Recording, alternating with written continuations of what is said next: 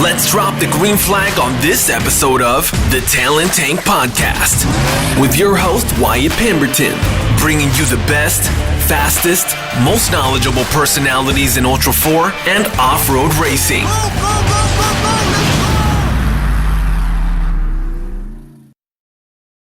This episode of the Talent Tank brought to you by three amazing partners: Custom Splice Off-Road Recovery Equipment, Brannick Motorsports Custom Machine, and Magnitude Performance, a masked motorsports company. Enjoy. All right, here we go. We're down to the final 3 episodes of this season, of this spring session.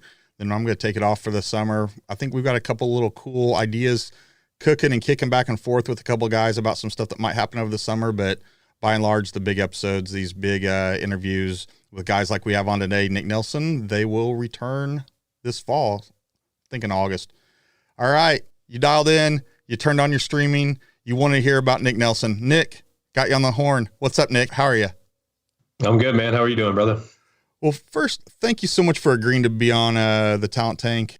You're a name that is always this perennial contender name in the conversation, on the box, for the podium, if you're showing up to races. And I think we're going to talk about that here in a little bit, like making races and not making races. But a lot of people have came to me and said, like, dude, who is this guy that is constantly making ULTRA4s viral? Right?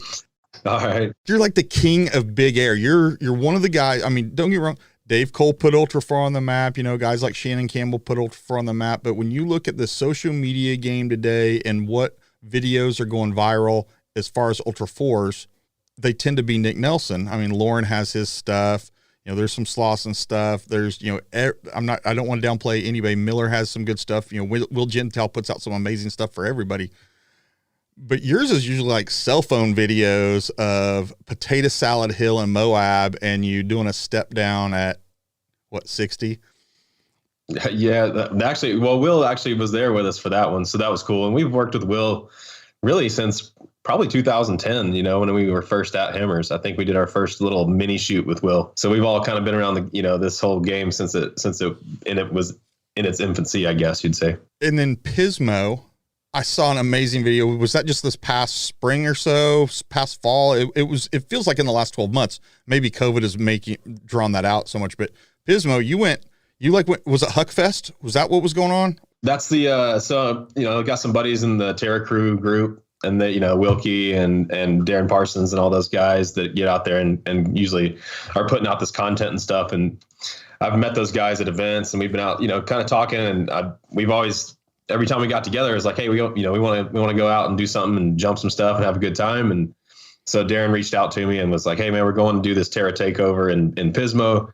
Are you down to come? So, and we were in between a race or something, and the car was together. So I jumped all over it and went out there and just had some fun. Yeah, when you come off the top of the jump over this dune, you're in the air for so long and you're sailing for so long. Like, people that I work with it saw it, like they were looking at it like, that's fake. I'm like, no, man, that's not fake. And they're like, no way a car can be in the air that long. And I'm like, no, you're in the air that long. How many feet was that? I don't know. They didn't really walk it out.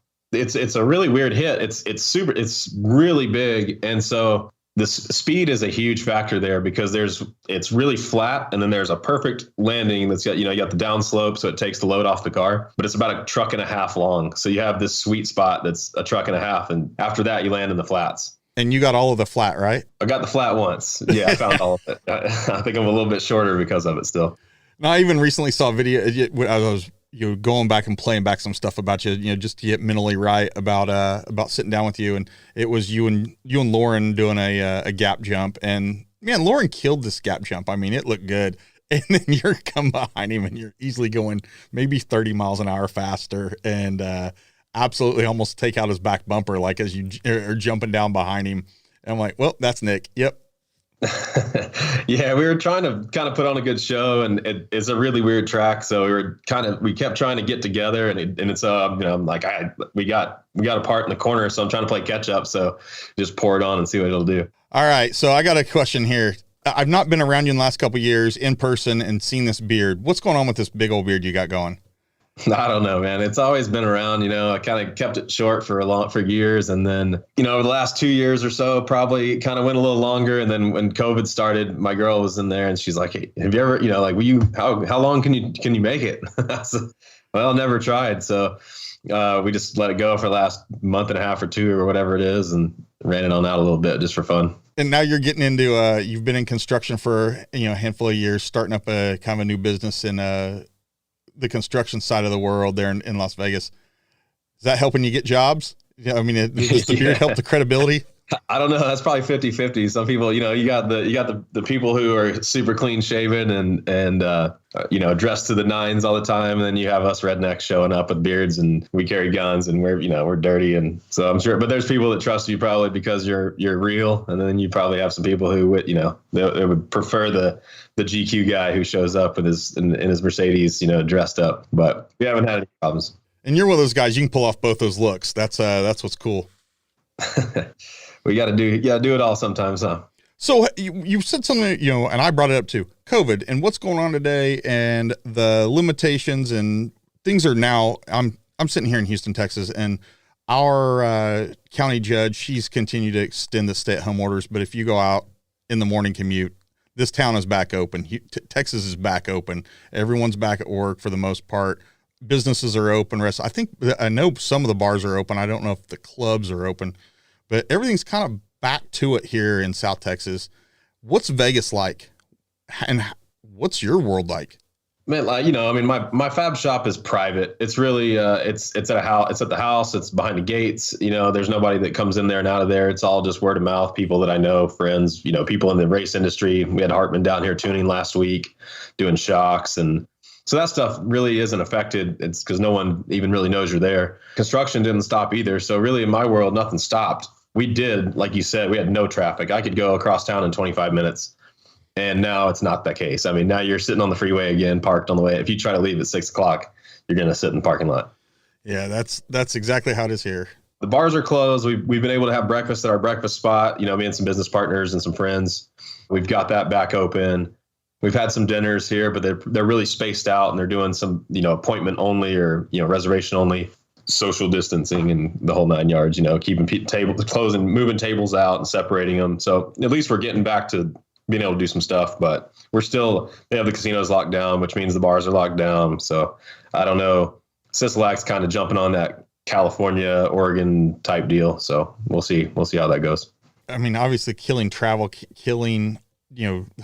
I struggle for ways to say this right now. Vegas lives on the tourist dollar, the exhibitions, all the shows. The other day when there was this spirited trail ride going down in Johnson Valley that you probably heard about, and a lot of people heard about the spirited trail ride, I suppose. Heard a little something. Yeah, I looked at flights and it was $104 each way to come out there. And I couldn't break away for work, but I was like, man, that's insane. That is a insane number. I was talking to Casey Gilbert, and his was on Spirit, $38 round trip from Detroit to, I don't remember if it was Vegas or if it was Ontario, but you have no excuse not to go. He was pouring concrete on that day. Yeah, that's it. I think a lot of us in this industry, race guys or construction fab, for the most part, we kept going. Yeah. And I know you talked about Hartman coming down a little bit ago, David Hartman, the 4,800 driver. You guys are business partners, and we're going to talk about him in a little bit, but yeah, he and I talked maybe 2 weeks ago, and he'd talked about, that's exactly what had happened. Everything had slowed down on it, like the office side of his world slowed down, but everything else ramped up. So for sure. The yin and the yang. Well, let's get into Nick Nelson, man. North Carolina, Hickory, North Carolina is where you're from, right? Yes, sir. And I say that like with like some swagger, because that's like NASCAR country, like racing country, like the history around Hickory. Oh yeah. Yeah. It's deep right there. We had a handful of drivers within, 10 minutes of my house growing up. And my first job was cutting grass at one of the race shops. That is nuts. Did you get kind of the hook in you for racing back then, or was that something that came years later that you were able to draw back to your younger years? I mean, really, I never tried to go after NASCAR. I mean, I've always been into, motorcycles. I rode a little mini bike when I was 2 years old and got a four-wheeler when I was 3. And then, got into bikes again. And then it just kind of progressed over the years. And then, when I was 16, we got into rock crawling, Jeeps and stuff like that. Obviously, we were, trying to build a Jeep in a garage, or like in a garage on a driveway with a high lift and a drill and a hammer or something, like whatever you had, it was super ghetto. Yeah, that's how we all got started, right? Yeah. Yeah. You tried all the stupid, like, the 3/4 elliptical buggy spring setups and all this, trinket, like the revolver shackles came out back in the day. You're trying to do whatever you can to get something on the cheap. So not gonna lie, I had a set of revolvers. I never ran them though. But I did own a set at one point. I kind of wish I knew where they were. Like they need to like hung up on the wall in the shop as like this historical piece. I know where mine went. I sold mine to Dustin Eisenhower. I grew up with Dustin Eisenhower in North Carolina, actually, that races 4,400. So him and Kendall, his brother, and I sold him to him, and he had him on a cruiser. Oh, solid. So I don't know what he did with them, but your mom and dad, are they still out in Hickory or? My parents were divorced when I was 3. My dad's in Florida. Okay. My mom sold her North Carolina house, and her husband is dual citizen between Canada and the U.S. He's a licensed master captain, so he runs like private yachts for, big private yachts. So they go back and forth between Canada and the U.S., kind of regularly. Oh, very cool. So how long has he been a captain? Like 30 years, 40 years, something like that? Yeah, he's pretty much done it since he was a kid. He's actually, my mom's his first wife. He's in his 50s. So that was, he just been on a boat since he's just been traveling the world on a boat pretty much until he decided he wanted to kind of slow down. Man, I've been following like Rob Usnick. I know you know Rob and his. Yeah, I saw him on his deal. That's cool. Yeah, just taking his sport fisher from Panama City Beach to St. Thomas, Virgin Islands. Oh yeah. He called me. He was like, all right, I think it's going to take 4 days, but man, plan on 8. Are you like in? And I was like, man, I just can't get away. Like work's really busy. Like I really thought COVID would have made us stop, and it didn't. It actually got busier. So I had it took him 18 or 14 or something significant. He blew it out of the water, like the wrong direction on time. Yeah. And then his fuel consumption, I remember him saying like, it was going to be like 14 to 1700 gallons. And it was like 2,800 gallons. Just, he underestimated everything, but what a trip. And then we've got, there's some cool stuff in between there, and there's some rough stuff. We go to Florida quite a bit with my dad being down there. We have family that has been in the boat industry since, back in the 50s and 60s.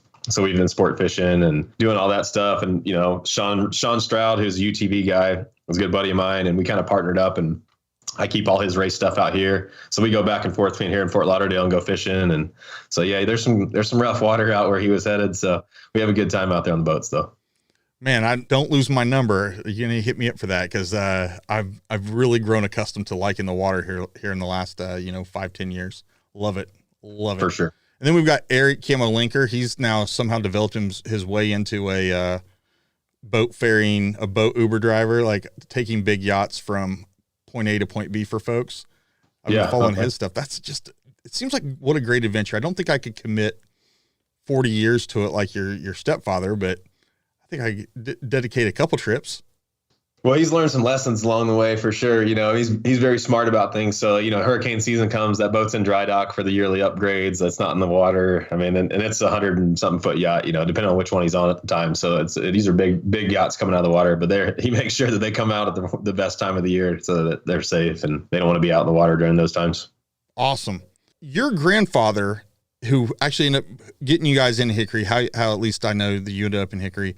He's a very successful businessman. What did he do? He was into mining and then moved from mining into trucking. And he had a trucking company in Hickory, North Carolina. And they actually commuted back and forth up to the mountain every day. But that's kind of where he settled. So we were in the mountains when I was born, and I was born in Hickory. We lived in the mountains, and ended up going back to Hickory, when my parents got divorced. And then, I stayed there pretty much through high school until I went to college. You have a sister? Yeah, I do. What's she up to these days? She younger or older? She's 9 years younger. Okay. So she's in Atlanta. She has a communications degree, so she's worked for Verizon corporate and just doing some stuff like that and finding her own way. She's not hucking trucks off of 300-foot jumps at Pismo. We could not be. It'd be hard to be any different. That's for sure. on almost every level. So growing up, I know you're a very athletic dude, just following you and knowing you for all these years. You're always working out. You're always challenging yourself, like Spartan race, things along those lines. Were you always athletic as a kid? Were you always a sports guy as a kid? Yeah, I mean, moving out of the mountain, when we were in the mountains, there was nobody to hang it. There was no kids really, we were on the mountain, and then we got back down to Hickory. So I just went straight to play it. We had a big neighborhood, lots of kids, played basketball and stuff every day and football, and ended up just playing all the sports pretty much through high school, up into high school. That's where I kind of got where I just really wanted to go the vehicle, motorsports direction. And there's just things that weren't an opportunity for me. I'd love to race motocross or do certain stuff. And it just wasn't in the cards the way things were around there. So I had to kind of wait until I was on my own and just kind of go after it by myself, as ULTRA4 developed. Like I stayed in rock crawling forever. And so, yeah, I think it's just the competitive nature, more or less. Like it was an athletic thing. I was blessed to have, I had good genes, and I had a lot of opportunities to go and be good at sports. And so not doing that anymore and being so into vehicles and stuff really was kind of it was inevitable, I guess, to end up wanting to be competitive on the automotive side of things. Now, have you noticed, in the stuff that you have done in a vehicle that your fitness has helped you out? Yeah, I mean, I think a good example of that, I mean, it's not 100% necessary. There's guys that are not in great shape that can go out and drive and can drive the wheels off trucks. I mean, it's not that you have to do it, but I think on the long stuff, especially, like the Vegas Arenas and the Baja 1000s and these, even Hammers, for example, I mean, it's a rough, long day in the heat and just getting beat. But, with us having that steering failure at Hammers and having the crash in the trophy truck, Sean and I were doing almost 90 miles an hour. And the thing snapped to the right and sent us for a ride 7 times. And we didn't have a headache, didn't have a sore single muscle. I mean, not a scratch on us. Like we completely, we're 100% good after crashing at 90 and rolling 7 times. I'm glad you're safe. We've all seen the helicopter footage of that. I wanted to devolve that wreck here in a little bit. So yeah, hold that note, because I do want to talk more about exactly how Hammers, what led up to Hammers, you being there with your all-wheel drive trophy truck and representing ULTRA4 in the T1 race. Yeah, that's sick. I mean, so many people that were cheering for you, and it just went sideways, and actually pun intended on it going sideways. Yeah, all the way. Like that really happened.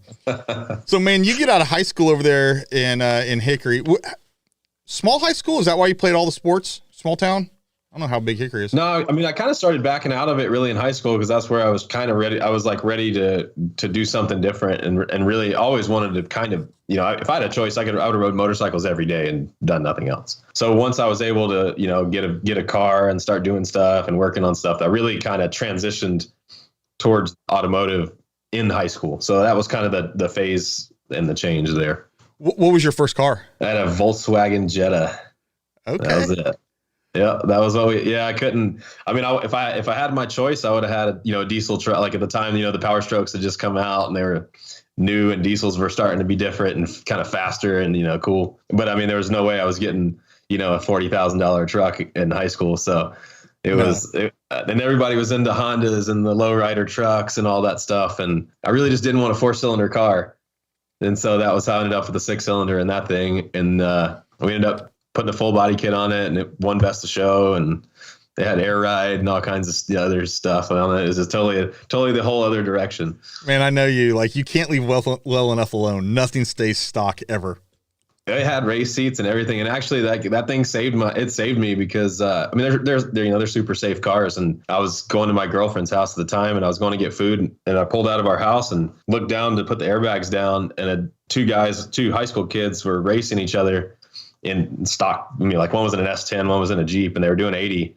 And the dude in the front looked down for a CD and never touched the brakes. So both of them came in at 80 and smashed me sitting at a stop sign. And the car was still running. I still had my foot on the brake because I had race seats and harnesses in it. And I was looking out the left side window because it bent the seat brackets and everything so bad. I got hit so hard. So, wow. Yeah. Daily driven safety right there. We saw some race engineering carry over. Yeah, it was crazy. I mean, the firefighters were looking. They're like, "Who's in this? Who was in this?" And they saw it was me, and then they went and looked in, and they were like, "Man, these seats probably saved your back and your neck and everything." So it was, I guess, a blessing to be in that thing that day. I mean, how old were you, and what year was that? I was 16. So what? Late 90s. Yeah. So. You get out of high school there in Hickory, and you end up at Appalachian State University. Yes, sir. In Boone, North Carolina. And when I found out that was where you were from, it was right around the time that they upset Michigan.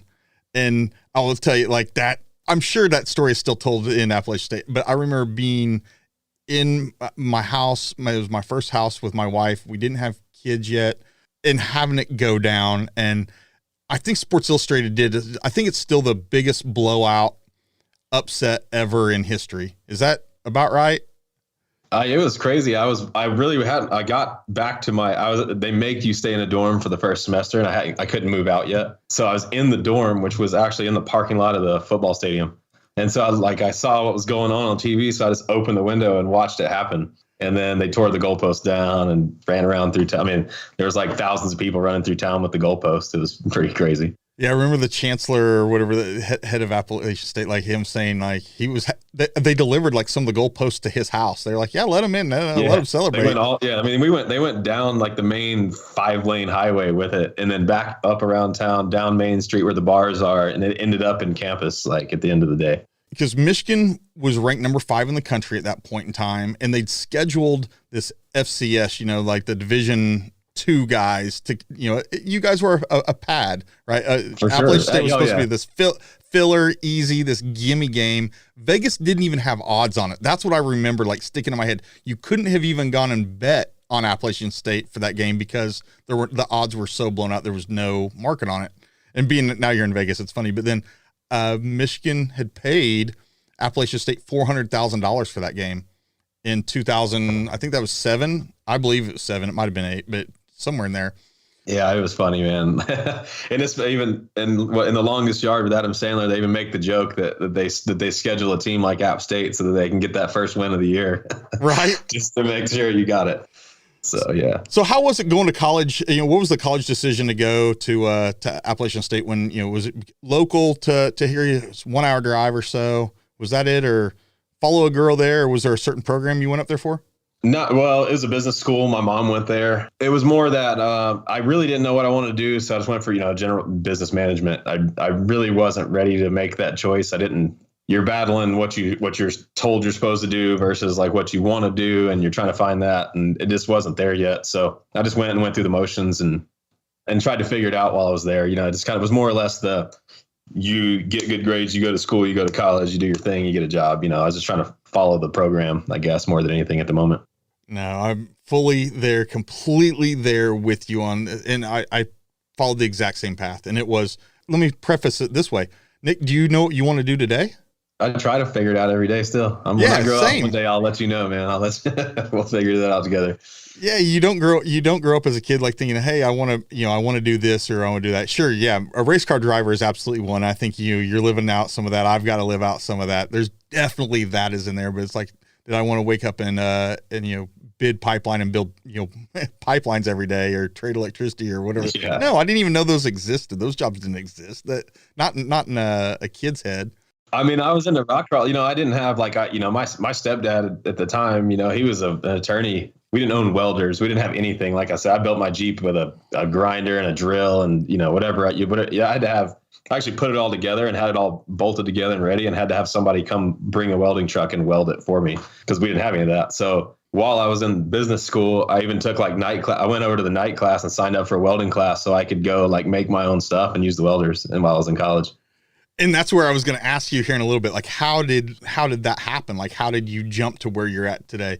But yeah, no, you do. It's funny the things you do when you're younger. You believe that there is this innate thing that you need to do to appease your parents and the people paying for your college, or just there's this status quo that you feel like you have to, I guess, fit yourself in the square box that someone else has of you. And then it's not till years later you look back and like, man, I was an idiot. I should have been my own person from the very get-go, and knowing it was okay. It's okay to not know what you want to be when you grow up. It's okay to not know what degree you should be going after if you're going to college, or I don't know. I digress. Especially vocational stuff, you can go weld and make more than most people in normal jobs will ever make coming out of college. Not, obviously the high-end professions, but you come out and do, high-end structural or pipeline, like you said, you can make a good living. So, and there's nothing wrong with doing that. No, these guys kill it. I mean, they absolutely kill it. 6 figures deep, like 200K, 250K, 300K on the pipeline, like over a year. Those guys working every single day. They kill it, but then they spend it all. Like it's, oh yeah. Yeah. You got to burn it when you get back to civilization though. they absolutely burn it. So that's always funny too. I've got a couple friends that were former like pipeline welders and how large they lived back in the day. And then now what they do today, nothing wrong with what they do today at all. It's just, wow. It's quite the roller coaster. For sure. And that's why, when I settled into that, I really wasn't intending to go into structural. I have a buddy who owns a concrete company, and they just really are always having issues getting quality welding and people that are quick more than anything. And the one thing that most people that are listening to this probably, especially if they're builders at all or work on their stuff, is to be successful as a custom fabricator. The only way to do it is to be good and be quick at the same time. If you take forever, you're going to just sink because you just can't make enough money quick enough. So knowing him for so long, he threw it out there a couple times, and we kind of, just kind of forgot about it. And then he came back to me one day and he's like, "Hey man, we need some stuff done for real. Like, are you interested?" And so I ran some numbers and put it together, and we went after it. And it actually was a pretty good deal. So yeah, that's current business. We're getting there because right now you live in Vegas, and right now I haven't figured out how you moved to Vegas yet from North Carolina. So how did that happen? All right. Let's connect that dot. So when you got out of Appy State, did you kick around North Carolina for a while before heading to Vegas?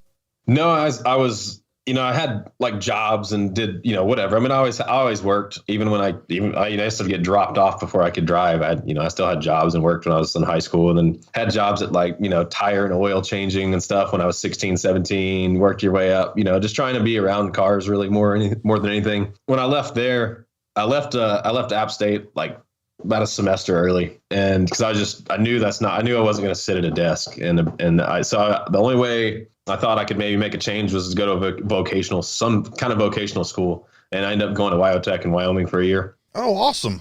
So yeah, Jesse Combs and I had some of the same teachers, and we're there in the same year actually. Ha. I mean, it is a small world. Once you end up kind of in this motorsports and the fabrication world, there's not a ton of names in that space. No, it was cool. And so, it really wasn't what I thought it would be. It's a very nice place. Like they have a lot of really cool equipment, and you can use everything. It's still a business, I think, in a sense, and they have a really nice facility there. And it really comes down to what you make of it, because really they'll put you through just to get you through, to help you get a job as like an oil change guy or a guy changing parts at a dealership. So like, for example, I think I was the first or second person to ever build a chassis in chassis fab. And even as long as the school had been there. Well, it's one of those things, right? It's you get out what you put in. So if you're willing to put in a whole bunch, you're going to get out a whole bunch. Yeah. And I think the thing I was looking for is, I had been always dreaming of building a tube chassis. Like that's, I'm like, we're in Jeeps, and I'm, you always wanted to make that next step to custom stuff. So I really was looking for somebody to help me really jump forward. I already like kind of gone to that school and taught myself to weld and figured that out. And so I was trying to figure out all this other stuff, and it really ended up being more or less like kind of, here's the tools, do whatever once you pass your little tests and stuff, which you could do in like a day if you were good enough. It really was just, you basically paid to have the shop open for you. Okay. And so that's kind of how it ended up being. And so I just ended up spending the time in there. I drew a chassis and built it, and that's what I used the school for, actually. Well, then you're connecting some dots for me, and tell me if I'm jumping to conclusions here. That is that how when you left Wyotek, is that how you ended up with the relationship with Randy Rod out there at Jimmy's 4x4? No, I actually went back home. Okay. I went back to North Carolina, kind of messed around, started a little, like I actually went back to a heavy equipment company that a buddy of mine's dad worked at, and kind of still figured that, you had to have some kind of real job. Really hadn't tried to go after the race life yet.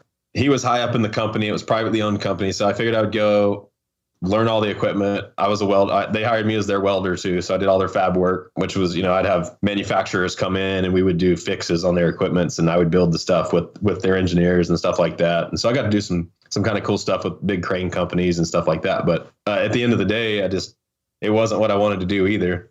And I was going from work. I'd work all day, and then I was renting a shop, and I'd go do off-road stuff at night till midnight, go home, be back at work at 7 a.m. every day. And I know this is probably a little bit out of order, because I want to talk about this like under the portion about the chapter that's like about off-road and how you got into it and all that. But in my head, mentally, I have a mental note that, were you in the Mud Dogs?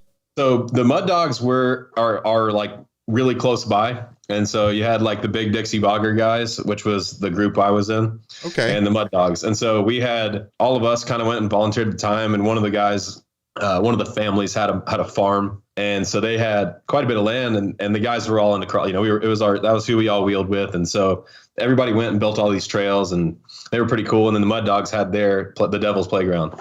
That's what it was. Okay. Yep. So that was the two big groups in that area. And then you had all the guys up, even past North Carolina towards Tennessee, around App State. So you had a lot of guys up there too, but that's all kind of different areas. Well, yeah, you just get, as we learned, not being from Appalachia or any part of the mountains for that regard, but even just, talking to Blyler and him talking about how the dialects and the people are just different from one mountain ridge over, or one valley over, or one cut over, or whatever it is. And so it's similar down there where you're at, right? Where you're from? For sure. And that's the main thing I get from people when they figure out that I'm from there. They're like, why don't you sound like those people on Swamp Hunters or whatever, like what? Yeah, that's like they always want to understand why I don't have like a crazy, which I have. I mean, my accent's there, but it's just not super thick. So I do get that quite often. Yeah, I remember seeing like Crawl magazine, and that's what stuck in my head when initially I started looking at your stuff. I was like, man, I remember a specific Mud Dog vehicle that was in Crawl Mag, and then meeting the guy that owned it a few years later, being Travis Watford, and Watford raced 4,400, and then now developing a relationship. It's been a few years ago, but I had a conference out in where he's at, and he came and picked me up at the hotel, and we went and ate barbecue there in North Carolina, and it's cool what ULTRA4 has afforded.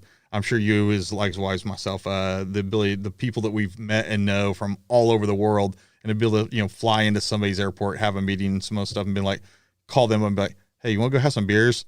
Just catch up. And you're like, yeah, birds of a feather flock together.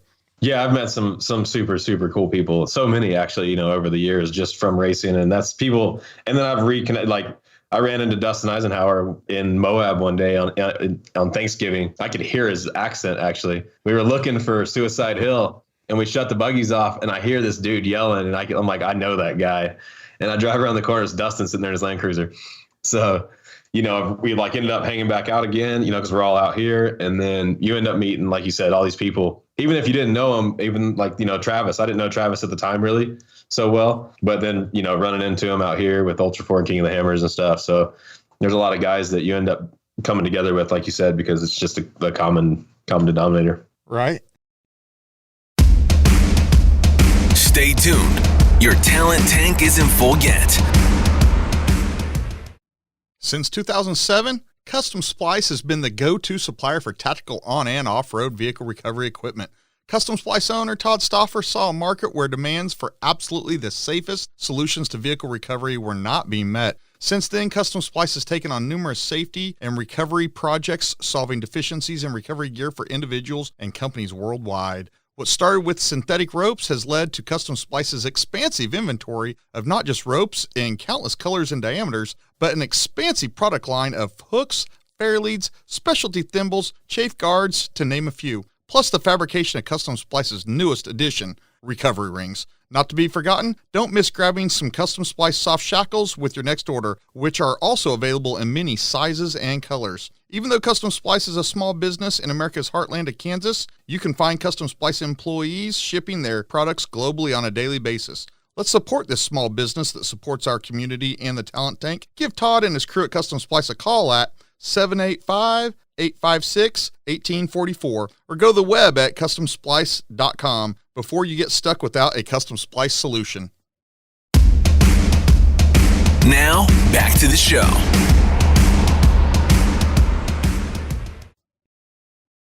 So what year did you end up actually making the move out west? Was it after 2010 where you went to King of the Hammers the first time? Or was I was here in 08. I hear like right in the crash of when Great Vegas was down. I think it was 08, okay. I believe.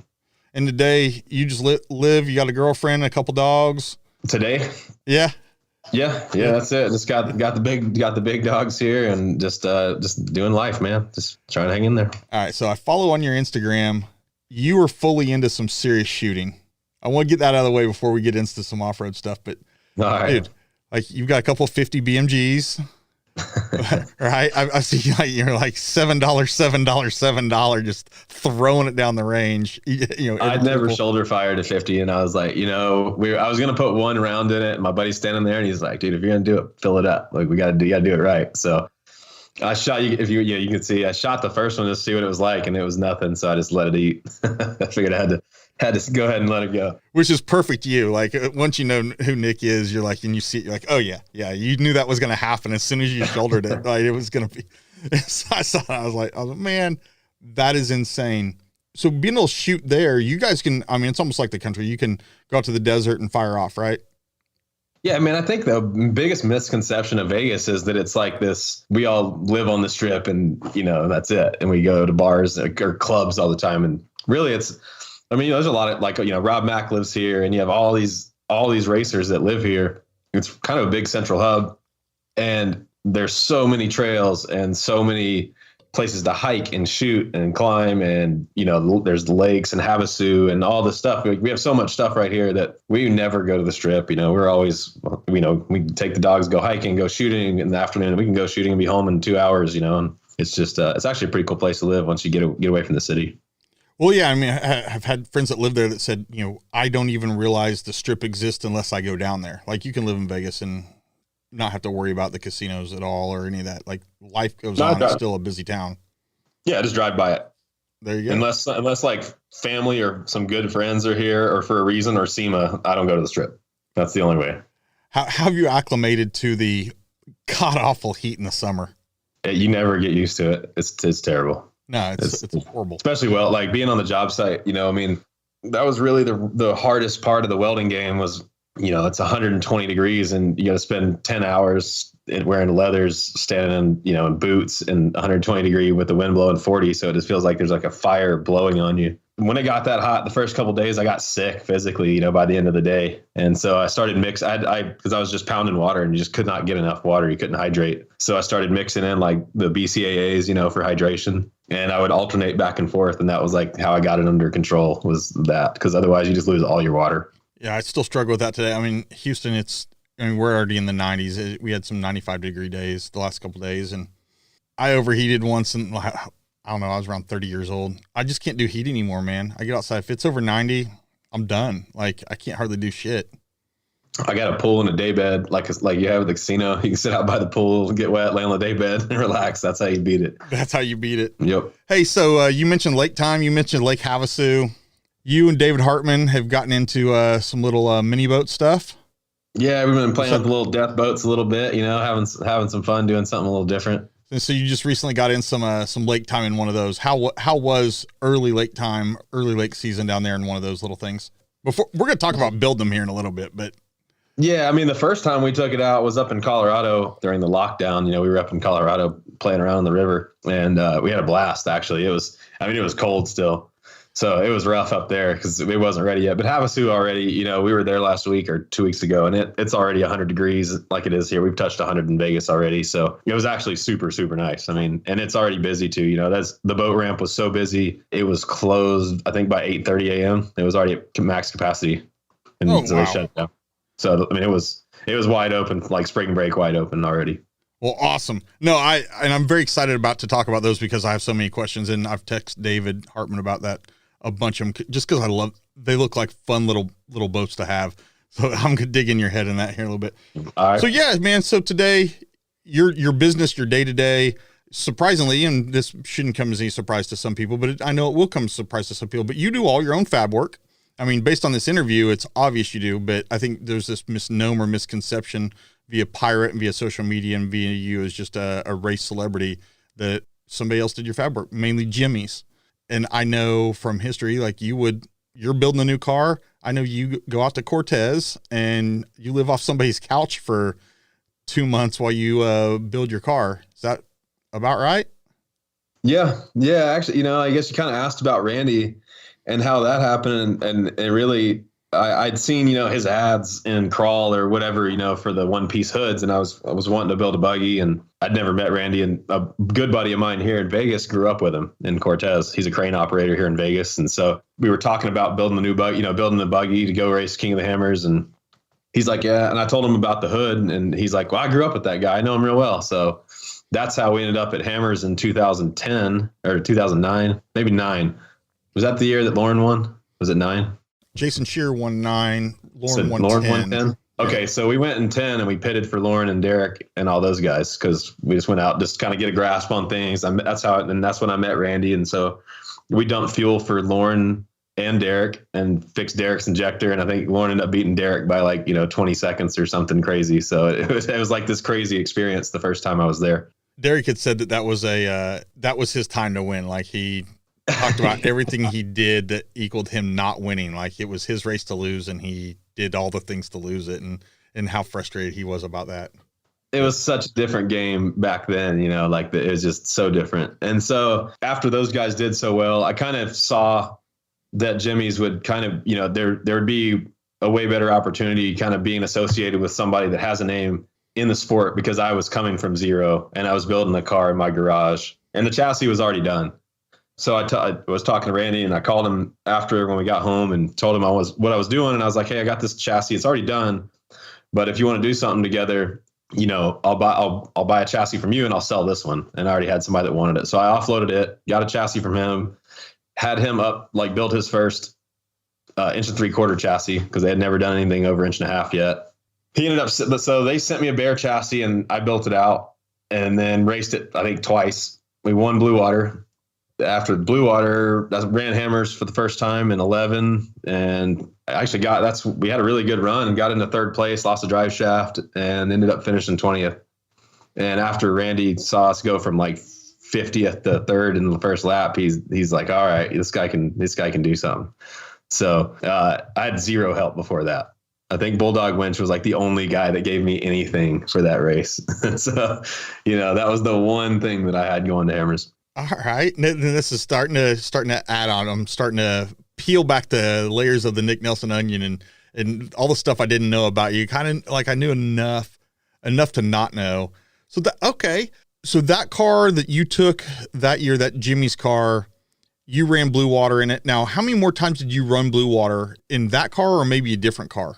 I only raced that car 3 times. I raced it at Stampede, the OG original Stampede, the one in Reno. And that's how I got my spot at Hammers, because we finished in the top 10 or 15 or something, top 10 in that to get a spot at Hammers. My first race ever. That was the first time I ever drove the car, or first time I ever raced the car. In between that and Hammers, we went and ran the Blue Water and won Blue Water. Then we went to Hammers, got that finish, and I bent the axle housing all 3 times in the front and both rear spindles. So I was like, dude, this is just not working out. So Randy and I sat and talked about it. And that's how I told him, I was like, man, we got to do something else. I thought I did all the right stuff, putting, this aftermarket 60 in the front and had the 14 bolt in the back and had all the, thought we had the good stuff back in the day. The car was probably $30,000 to build. And Brian Caprera bought that car and they ran it for years. And it was one of the cars we actually drove in China. It's still going. It's still together to this day. Oh, wow. So Randy and I told him, I was like, man, I want to try the A-arm thing. I think we got to do something different. And, I'd ridden in some desert trucks in Vegas. And I was like, man, if you want to help me, try to tackle this project. And he's like, yeah, if you're willing to go for it, let's do it. So we jumped on that thinking we could do it for $60,000, which didn't happen because that's what I sold my car for. And that's what I had. So that turned into the normal story of trying to build a car, obviously. No, that's always the way it works. You just have to keep moving it up, moving the bar up. It's kind of fun. So that's everybody asks how I got to the car I have. And it started with an $8,500 CJ. And I took all the parts from the CJ, put them in the tube chassis we talked about from Wyotech, sold it for I think 17 or 18, put that in the Jimmy's car to build it, doubled the money and sold it for 60.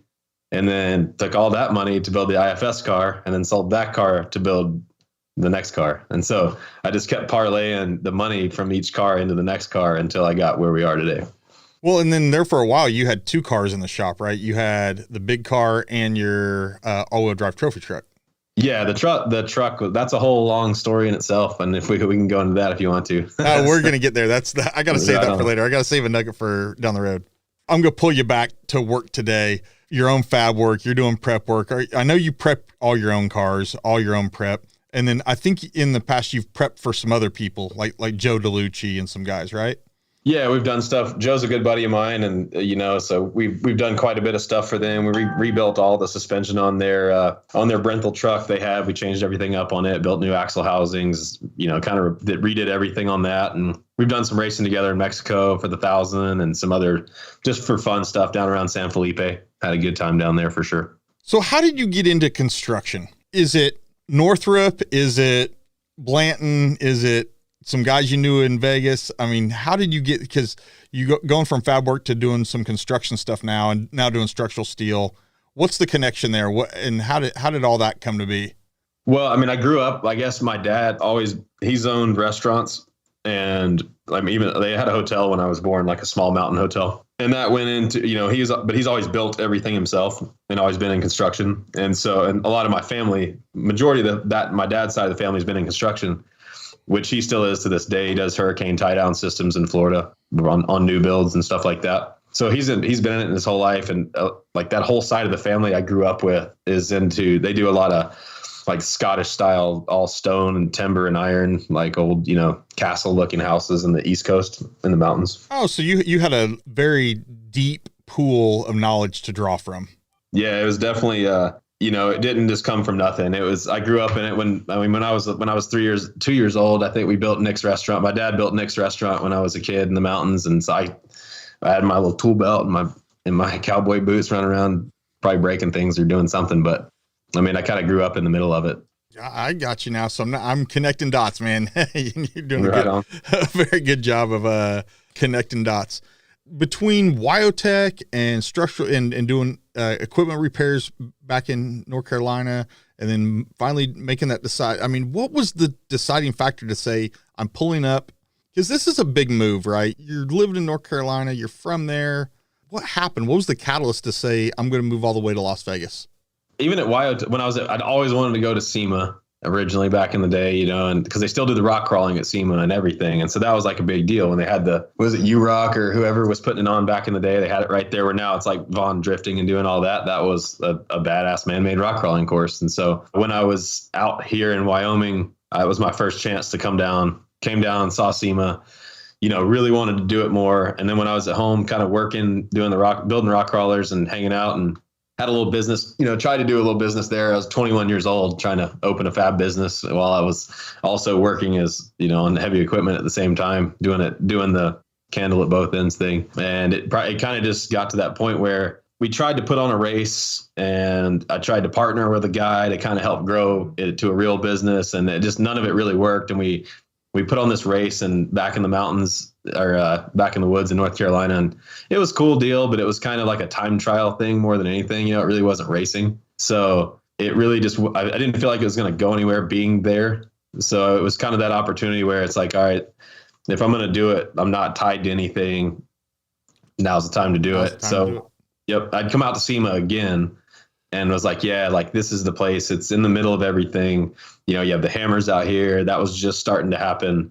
And it was kind of the central off-road mecca, I guess, in a sense. Not like Moab where, you have one crawling place, which is super cool, but it was kind of close to everything good. So I thought it'd be a home base. I think that's why, a lot of Best in the Desert operates out of Vegas. That's why you have so many racers that race out of Vegas. It seems that there's a lot of people that have shops there in Vegas.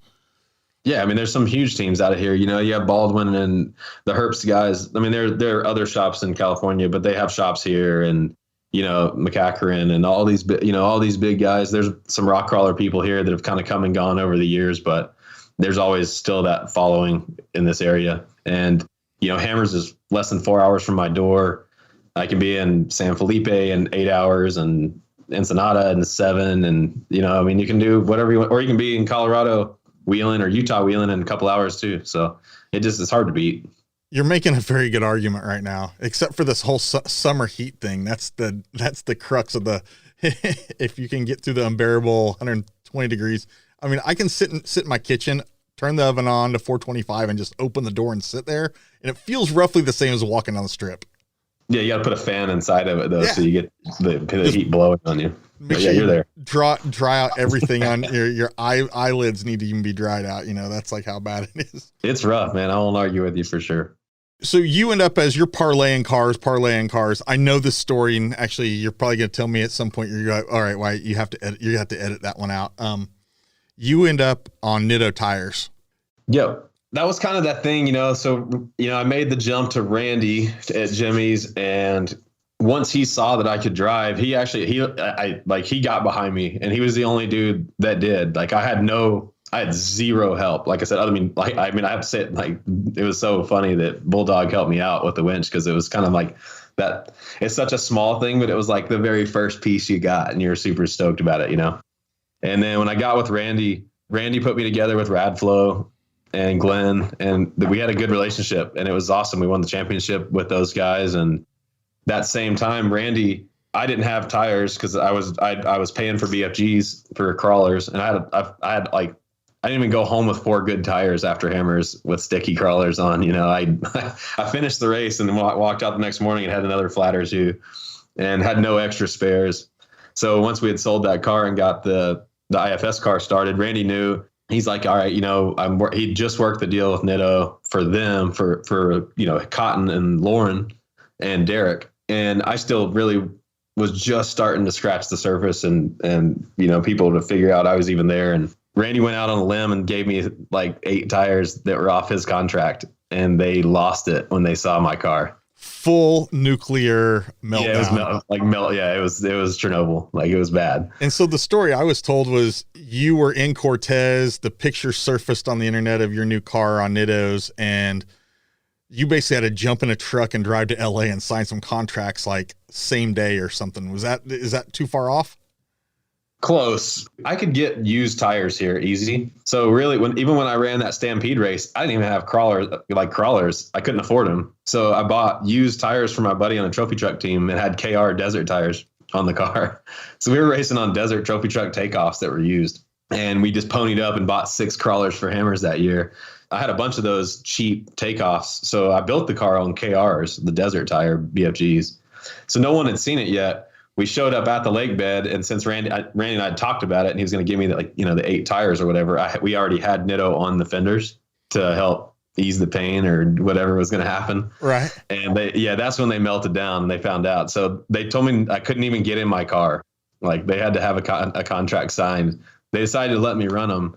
But yeah, they brought people out like to the lake bed there and made me sign the contract before I could drive the car for liability. Wow. So the story I'd heard was very similar. Well, I mean, it could be like, it was close. I mean, you're right there. It's close. Yeah. I just saw some pictures just a couple, let's call it a week ago, 2 weeks ago now, of a very, very well-known big name driving a car that had Nitto stickers all over it, but it had BFGs. I saw that. And his quote was, "These are the best tires I've ever driven on." And then that's what was circulating. Luckily, this guy doesn't have social media, but whoever posted it, I mean, I was in tears laughing. Like, part of it was ribbing, but at the same time, we're kind of at this level, and you're at this level, that guy's at this level, that you kind of can't rib there when it's real money, it's real businesses, it's real dollars, it's real people's livelihoods. It is, man. It's a big deal, especially when if you're in, like where we are in, and we've been fortunate to have really the same partners almost since that like first year or two change up. We really have probably only changed like 2 partners the entire time. So I'm really thankful to have had good products and good relationships with all these people over the years. But Randy was that was kind of the point, I guess, is Randy was a huge part of that, because I would have never gotten KMC at the time. He kind of facilitated the KMC deal, the Nitto deal, and the Radflow deal, which was the only way I made it to races. Like, I didn't have the money to do it without having that help. Well, I think I need to get Randy on here. I've stopped and seen him in Cortez a couple of times. Now I need to interview him and talk to him. He's so quiet though. He's such a cool dude, but I can gather why you wanted a ready-made team, like to set up. And we've talked about this in the past with other guys, the leverage you get from a multi-car attack on something like the Hammers, the Jimmy's Army. That's legit. There's a lot of effort that goes into each guy, but when it's this team effort, you get to share notes. It's this shared in the wins, shared in the wrenching, shared in the tears, the pain. That's kind of what this whole sport and family and whole deal is about anyway. It's this camaraderie. It is, yeah, for sure. You know, like Jason Blanton was one of those people I met at the original Stampede, and he could drive. So he was really, really good in the rocks, and that's how we kind of ended up hanging out. Was there's just people plugging the trail up, and we're trying to pre-run, and we kind of took some hard lines around everybody, and ended up running in together. And ended up having, and then we started having beers afterwards, and that's how Blanton and I ended up being friends. And then I wanted to help him kind of get in a better car, and so went to Randy, and Randy was like, "Yeah, let's do it." So we kind of got Jason in there, and it kept growing over the years. People kept just kind of, accumulating. Randy was kind of building this little bit, what effectively became, I guess, the Jimmy's Army, like you said. This is my tangent. This is a Jimmy's car specific tangent. On the rear trailing arms, right? The rear forelink on y'all's cars, the Jimmy's cars, you have the trailing arm is actually the upper link with your shock and bypass mounted to the upper link, not the lower link. I get one reason to do that would be to keep the bypass and the coil carriers out of the rocks. They're more protected higher up, but by moving them up, is it you put them in the airflow, they can stay cooler, but you also have a weight transfer because those things are pretty high. So now they're further up on the chassis. I've never heard anyone, well, to be honest, I've never asked the question. What's the genesis behind that idea of doing it so differently than what we see across all genres of off-road? The first kind of reason we did it, and it was just for ground clearance more than anything, because Hammers was kind of king at the time. We weren't really doing these big races, but that was kind of the point of the IFS car, was to find a way to be fast and be able to do the rocks. And Randy had designed the straight axle car for me. I just bought one of his cars, the first, I bought one of the Bear chassis, whatever, first, and really had no input on it at that point other than the way I finished it. Moving into the IFS car, it was new ground for all of us. So, and I will ask questions and dig and do whatever I can to understand things as best I can. So he was really open. He's like, "Hey, dude, I'm going to help you. Like, I'll give you whatever I've got." And then let's, we kind of put our heads together and came up with every bit of knowledge we could figure out to try to build a better car. And I really started to understand suspension geometry at that point, and that's when I decided to start understanding shock tuning and really what makes things work and why they work the way they work. And the biggest argument I've ever seen people saying that it doesn't work is you'll see people like on Pirate or Facebook say like, "Oh, if it was better, BJ Baldwin would do it." Like, there's never theory behind it. It's always just if it was good, this guy would run it. But if you look at Pro 4 trucks, a lot of Pro 4 trucks run a similar setup that I do. And those trucks have to corner. And my thing was I wanted ground clearance and I wanted the truck to corner, and I don't want to, I want it to be positive. We get into geometry and all kinds of stuff, but it effectively just changes the roll center height. And there's things that come with that, and we just address it with a sway bar. Everybody runs a sway bar. It's not like I have to run a sway bar and this guy doesn't. I might just run a little bit different, like diameter bar.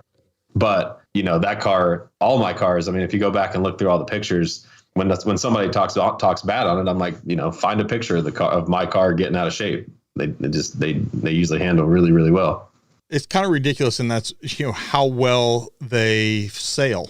And that's kind of where we went with your viral content and how many times you jump it and how many videos I've seen and how we led out of this whole conversation tonight along those lines was I can't believe how flat they sail. Yeah, we do. We really, really, really put a lot into shock tuning, and feel like that's where you're supposed to start with a car. Like, a car shouldn't go to a race just to go to a race. Your car should go get tuned. It should go straight to the dyno and then straight to shock tuning before it ever goes anywhere else. And, it's not a make 3 turns and call it a day. You have to go out there and ride through the terrible beginnings to get to that point. We never settled. It wasn't like, oh, we had a good shock tuning day, now the car is great. We would get it as good as we could, and then we'd go race it, and then we're like, all right, like, it's good here, but it needs to be better doing this. So we'd fix that, and then the car gets faster, and then we need to tweak this, and it becomes this thing where basically we got to that point nowadays where I couldn't run the last car flat out because the car was just too fast for the components that are available today. Obviously you've kind of seen the results of that. On that yellow car, the number 40 ULTRA4 4400 car that you just recently sold, what was the weight balance of that car? Was it fairly 50-50 or 25-25, or was it biased a little bit to the back? Or no, it was like 51-49. And so was the original IFS car actually came out about that way, because that car, At the time, nobody had done it. We put the fuel tank in the front so that we didn't have this just super rear heavy IFS car, because that was kind of the thing. All the cars that were out there were all rear engine, rear cell, rear everything, and they wouldn't climb well because they had no front weight. So we had, I built a custom cell to fit in the front to get some weight on the front of the car. And then when I did Khaleesi, I really wanted to move. I needed more fuel, and you just can't get enough in the front. So that's how we came up with the midship cell that ends up actually going down under the driver's seat and everything too. So it's nice and low. No, I can vouch for that. I mean, my car was everything in the back, and that's why I don't think that there's a picture of it anywhere climbing anything, because I just didn't. I never put there. But would the thing go 130 across big whoops? Yes. And it loved them. And it just sat back and just ate. Yep. And that's a good thrill. Climbing rocks, it was a compromise I was willing to make. I think we finally, I guess it was kind of the culmination of, in the beginning, I was kind of running the Jimmy's car because they had experience and time, and they had a good platform, and resale was another big part of it too, because I knew I would need to get that money out to go to do something else, and I thought I would get more.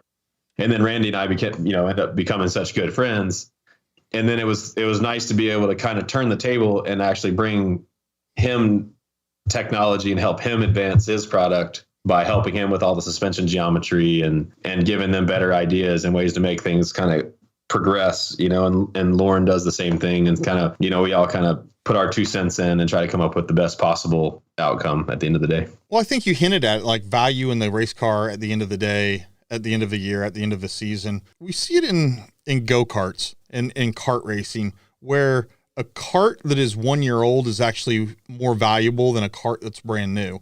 And the reason being, the cart that's brand new has no testing on it, no tuning on it. It hasn't had any of the bugs worked out. Versus a car after season 1 with a top tier team, it's had tuning, it's had the bugs worked out, it's had any problem it's going to have has happened. And now it's a shakedown dialed car that a guy could buy it, totally turnkey, get in and go out, and he's a contender that weekend, versus going through the trials and tribulations of figuring out it didn't work or working out bugs and all that BS. Yeah, I mean, I think that's why my car sold so quickly. Khaleesi sold so well, and the Canadians bought it, and they came out, and they're super good people, and nobody knew who they were really.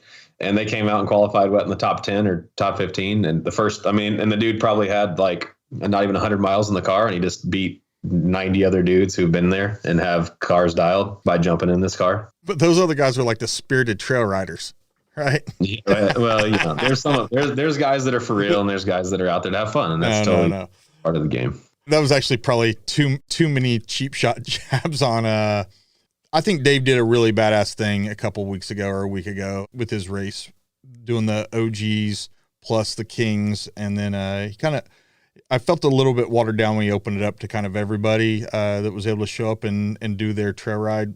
But I think it was a really cool deal. I seeing JR leave on a land rush start with his original KOH winning Bronco with the current owner in the passenger seat just had, I don't know, it felt cool to watch that. It felt like, wow, like history being like coming full circle on that event. No, they did a good job. Yeah, for sure, man. I mean, I remember racing against that thing in 2011. It was out there still going hard, and it still is to this day. Stay tuned. Your talent tank is in full get. Do you know what the entire 2020 ULTRA4 Racing 4400 class King of the Hammers podium had in common? Brannick Motorsports Custom Machine. This small family-owned machine shop in Fort Wayne, Indiana, has been advancing off-road technology since 2003 by proud veteran owner Stan Haynes and his son Brandon, and a talent-heavy staff committed to pushing the motorsports performance envelope. If those names sound familiar, they should. Stan and Brandon have been off-road racers since before King of the Hammers was a thing, and both are pillars of Team Indiana.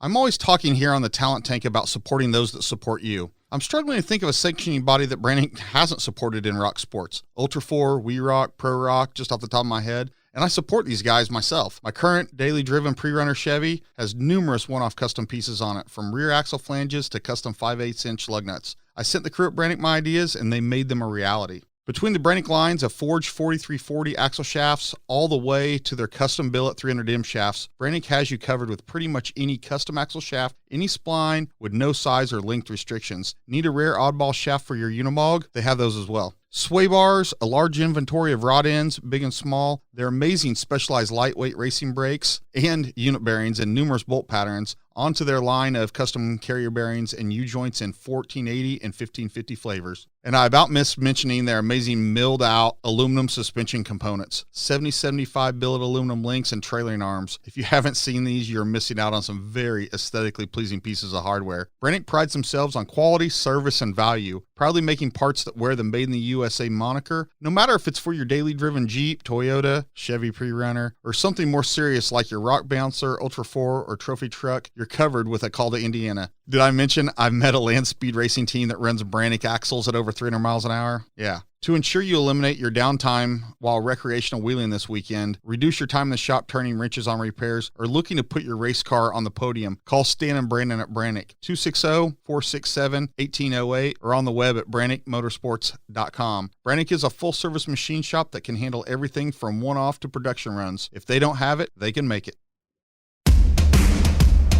Now, back to the show.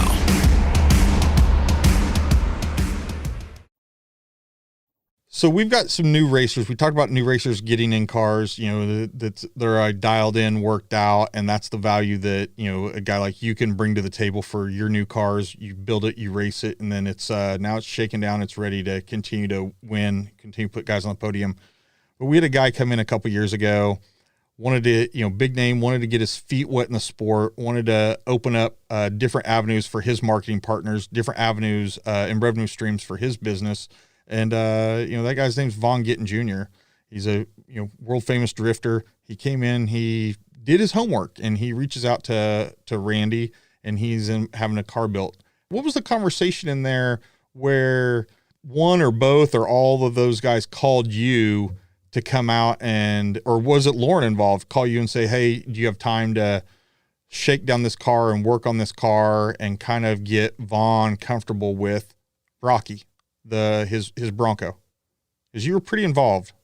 Yeah, Vaughn's a smart guy. He understands the game and knew that he didn't know what he needed to walk into it and make that car fast enough to go race and wanted to learn stuff. And he's one of those people that's, people have different opinions of everybody, until they meet somebody. And he was super open to listening and wanting to work with stuff. And so Randy asked me to tune the car, do the shocks and stuff on it. So we got it to Vegas, did all the shock tuning on it, got it pretty good. We still needed a little work. We were trying to find some springs and do some stuff and get it all dialed. And that's kind of and then we did it, got it on the dyno, and then ended up going out with him to Johnson Valley for a weekend and kind of getting his feet wet. And, he'd driven the spec car the year before. So that was his time in a car. He'd never driven anything IFS, anything aside from that spec car. And so he had a little bit of an idea about what he was in for. So we spent the weekend out in Johnson Valley kind of going over, running some high speed stuff and working on, me and Vaughn were joking about it the other day about the bump, because, his first bump was pretty rough, there's some pretty violent stuff going down, and now, he's gotten it pretty figured out, and he's doing well and really did good in that leather class. And now it's moved up to 4,400s, being successful there. So I think he's smart enough to put the right people in place to help him where he doesn't know. And he's willing to listen. It's some people you can tell to do something. And I've worked with a lot of guys over the years, and I'll try to help them set up and keep corner speed and do things. And you really have to have faith that it's going to work. And I guess he was one of the easier people because he's used to backing into a wall at 90 miles an hour. So when I told him to just not lift and throw the car inside, back the car in and stand on it, he just did what I told him to do. And it was awesome. And then that's all once you tell him once, he'll figure it out from now on. No, he's a student of the game. He's very serious. He's very cool. He's very laid back, but he's also intense at the same time and takes everything so seriously. And I think that's, for me, that was really refreshing to be able to work with the couple times I've been with him, to work with a guy that takes everything as professionally and seriously as he does. Yeah. It's nice when you go and you put your time in and somebody we'll utilize it. Because there's so many times that we tried to help people in the Ultra4 world or just in the race world. And I'm not bagging on anybody. Just you keep telling them and keep trying to help them do something, and they're just either not willing or they're just, not in that frame of mind to go there. And so it's kind of a waste of time in a sense if they're not willing to commit and go after it. Yeah, sometimes it takes some sleeping on it and some coming around to it, or the paths weren't ready to cross. Like that was a bridge that you were ready to cross, but the bridge hadn't even been built for them yet. And then the light will come on down the road. They'll be like, oh. Yeah, I think Ultra4 was quite a bit more. It was a grassroots sport in the beginning. It was kind of a sport that everybody could go out and kind of everybody had a chance in the beginning. And that's gone. You see how fast the cars are today and like how much fun Lauren and myself and Shearer had battling off the lead at Hammers, and just playing that game and you're trying to find that slow enough speed that's, you going fast is the easy part. It's going slow enough is the hard part. Slow enough for the guys who are serious. Yeah. Yep. Because when if you're not scared and you're willing to let it eat and go for it, you can back that down. But if you're not willing to go there, then it's really, there's just nothing you can do about that. Yeah. You can't teach speed. No, you can slow it down, but sorry, if they just won't go, there's not a lot you can do with it. So opening up the Von Gittin, the Nitto can of worms and some of that stuff, that has opened up some crazy doors for you. And you actually mentioned a car a little bit ago about still running around in China. You've had the opportunity based on all these little relationships and all these little ins and outs and your credibility and what you've been able to do behind the wheel and market yourself. You've had some opportunities to race in China. You recently did an auto salon deal over in Saudi Arabia last fall. Yeah. Blanton actually was one of the people that kind of helped facilitate that deal in China. And it kind of, that was a super weird deal in China. And there was a lot of things going down. And at the end of the day, all of us that went kind of stuck together to try to make it a legit deal. And obviously, they were still doing whatever they were trying to do with that. We had a blast over there. Robbie Gordon ended up over there. We had Jeremy from Gearworks. We had our whole crew with us. We had a blast. It would have been cool if it would have possibly turned into something, but it's a hard place to be. It wasn't much of a vacation. If we didn't have, but having all the homies together made it a good time. And then Vaughn was the connection for Vaughn and Lauren were the ones that brought me in for the auto salon because they needed an extra truck. And so that worked out super cool. It was a blast. And we went over there and just had fun and put on a show for people, which, really I think is maybe why I get to do those things, because they know that we'll do entertaining things more than just go, drive around. They know we'll do whatever people want to see. And what was that? Was that in Riyadh? Yeah, Riyadh. Yep. Yeah, it looked really cool, and all the pictures coming back and all the video coming back, it looked like you guys put on a show. But you've done some stuff very similar. I'm gonna call it like the parking lot drifting with the parking lot antics. Everybody has seen video of like Lauren or Casey Curry. Full all four tires blowing smoke, rolling smoke, and then throw the car sideways at 40, 50, 60 miles an hour. They look cool. An Ultra4 rolling smoke off four tires, there's nothing cooler. There just really isn't. Yeah, I think Lauren, I have to give it to Lauren. I think he was the first one that did it good, that really went for it. And I don't know that, Casey did the jump thing, but he didn't really get down and kill tires with us. But Lauren and I got to do it together. It just kept progressing into this, let's see what we can make the truck do. And it's pretty ridiculous what you can get away with. And Campbell's, I've seen, Waylon has done some of that, Yep. some of that work. And so, where have those all gone down? Like SEMA, LS Fest? Yeah, Nitto Enthusiast Day is probably the biggest ones because they just turn us loose with no time. There's really no time limit or anything. It's really just how much you're willing to beat your junk to death, and they're all about it. So, and we're giving rides. There's people in the car that have never, people that have never been in an off-road car, and you shoot them over the jump and then turn the car, backwards on pavement at 70 with all four tires smoking, and they just have no idea what to think about it. Sensory overload. I had like a 60-year-old woman that works at Nitto in the car, and she just got out and she just gave me this huge high five and a hug. She was like the coolest thing. She just thought it was amazing. So it's cool. I really enjoy that kind of stuff because even the people watching, they'll come out and they'll just be like, man, this is like one of the raddest things I've ever seen. It's just something different than what they've seen before. And yeah, so I think that's the most fun is just making people enjoy it and everybody's having a good time. Well, I mean, I think that goes in with, having to stalk you a little bit here. Your LinkedIn connection says, I think your job is a viral content creator. Is that right? Something like that, I guess. Viral I don't know. content. You got to make it try to sound good, huh? No, it sounds great. It sounds great. So, and so that's where we've kind of led there. You do have some, racing history to back it up, right? I mean, you won ULTRA4 National Championship, points championship a couple of years ago.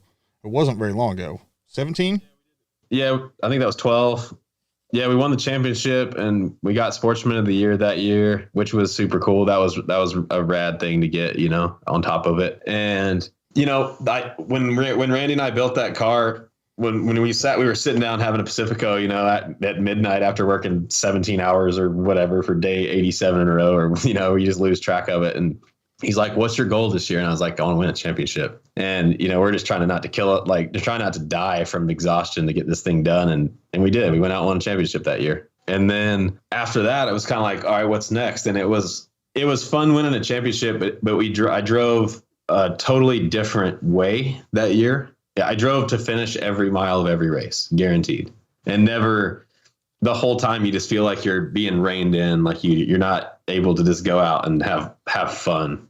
And so after that, it was like, all right, we did that. We proved we can do it. Now let's see what we can make these cars physically do. Well, I think that's part of the, value in the team effort. I think that's the value in the strategy, that was the goal that you set out and you stuck to it and you accomplished it. And then you're a guy that didn't say, well, I did it once, I don't want people to think I'm lucky, I need to do it again. You said, all right, I checked the box. What's next? I think a big thing for me, and that's another reason we built the all-wheel drive trophy truck, was to kind of show everybody what these cars are capable of, because we all laugh and we still joke to this day. Like when we go do something with desert trucks or whatever in an ULTRA4 car, and people will say something, you're like, oh man, it's just an old rock donkey, don't worry about it. And just kind of keep rolling with the same joke that was what we were. I mean, it was kind of a joke. The cars were so slow back in the day, and you were around. We drove them. And they were rough and they weren't fast, and they just weren't built with race car parts like they are now. And so we really wanted to try to turn that around and show people what they can do. Well, you were one of the first guys to turn heads in off-road outside of ULTRA4, 4400, whatever, rock sports, in the desert community. You showed up at the Blue Water, Best in the Desert. It's a 2-day event, and you put on a clinic. Yeah, I think we actually, that was one of the first time I felt like we were actually like, we're making headway. We're going the right direction here. Like we qualified overall third, I think, in trophy truck and one. Trophy truck and class one, unlimiteds, the best of the best in the desert. Literally, that's the race moniker, best in the desert. And you put it down, you shout down at it, and everyone craned their necks, opened their eyes. And then that was day one. Didn't you guys close out day one with you in P1?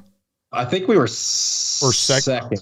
I think we were second. I think we started third and ended up second. But we got our GPS shut off. And that's why we run 2 GPSs to this day. There was kind of one of those School of Hard Knocks lessons, because we got to the top of the hill at the end of Shea Road, and they had all the skull and crossbones and arrows, and we thought we were going the wrong way and our GPS was off. So we turned and went around the mountain the wrong way. So we got a penalty for that. It moved us actually, I think, from first or it was either first or second back to the weeds or something. But I pulled up to Casey and I told him, he was waiting for us, and we pulled up and we're like, hey, we screwed up. We lost GPS. And he's like, yeah, we figured it wasn't intentional. Because, it was in front of 1,000 people. It's not like we meant to do it. He's like, yeah, it happens. It's cool. We'll give you a 15-minute penalty and we'll get after it again tomorrow. He was super cool about it. He understood, and we gathered our stuff back together. But the damage was done. The people had already recognized. I think Shannon Campbell had been out there. Was Shannon there that year as well? And Shannon also had some very amazing side-by-side, door-to-door action with somebody and just walked away from him in the rough stuff. His car ass bouncing left to right, just tank slapping down the whoops. But, Shannon, he wasn't going to let out, right? Nope, not at all. So then I show up, I won't say maybe it was the next year, and Casey comes up to me, and this is Casey, folks, you know, just an amazing man.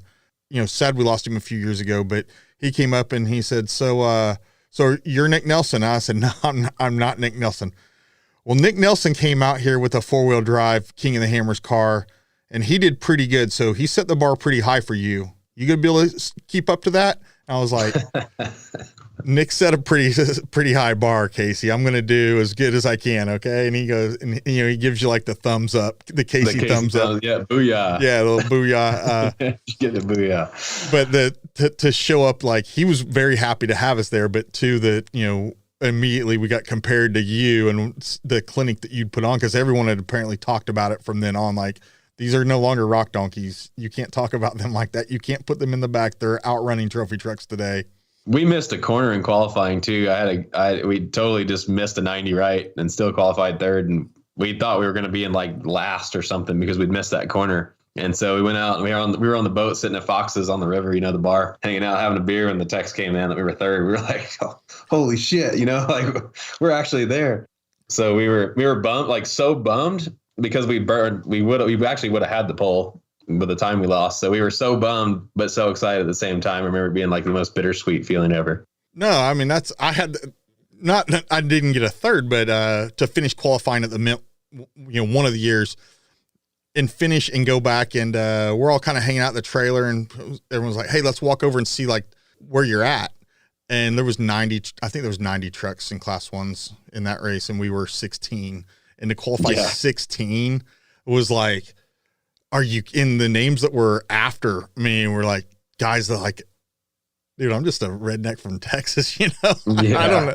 Yeah. I've watched these guys on TV, you know, looking up to them, watch them on, you know, Dust to Glory, you know, stalking them on, you know, Race Desert, all those places. Like, God, these guys are, you know, these are legends, and to be able to, you know, rub elbows when it comes to timing and skills. It's validating though, right? It's so validating.